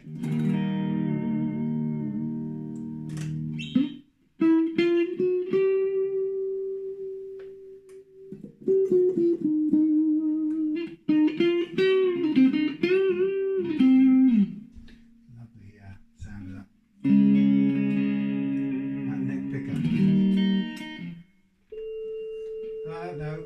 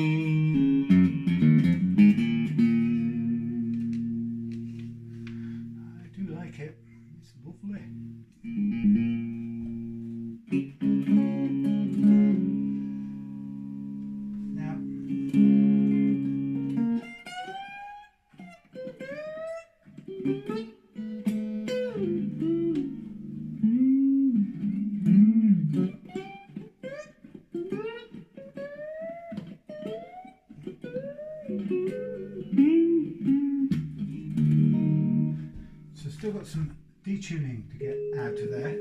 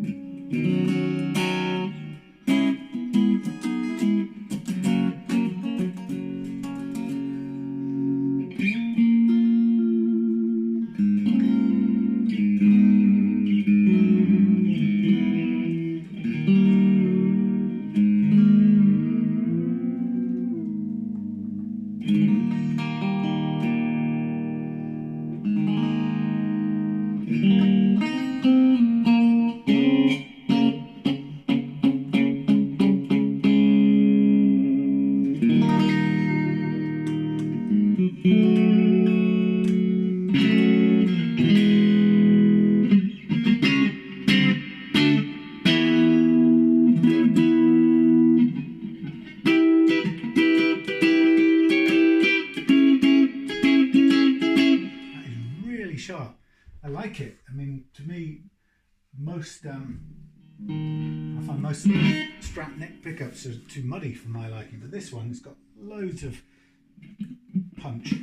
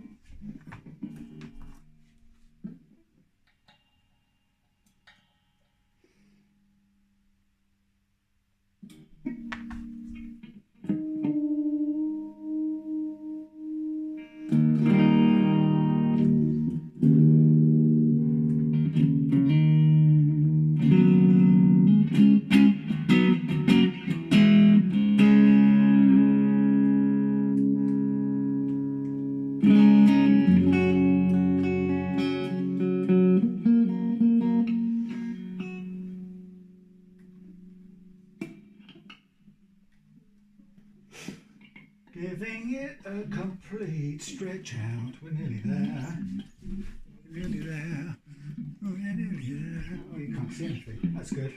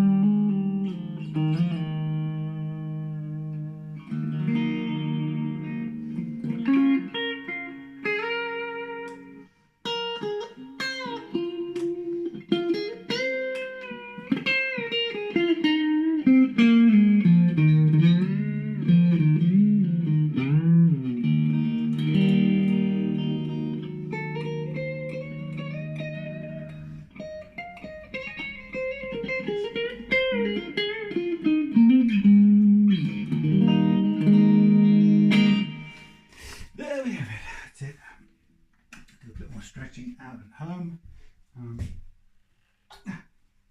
We have everything in order, how it should be. That's it. So I don't know what you can see over there. Thank you for watching. I'm going to stretch it out a little bit more at home and then be ready to go. Now part of me is thinking, I know this is tusk, this nut, and I know I can't hear any, and I haven't seen any evidence of it binding or anything, but I would be keeping my eye on that. There's something about not knowing the slots personally, you know, they're kind of already done, and I have to trust that they are as good as they need to be. But everything else is good, ready to go, and we're clear of the what should I call it? Bang, clear of the switch with the tremolo arm. I wouldn't want to bend it. There we go. All right, that's it. Thanks for watching.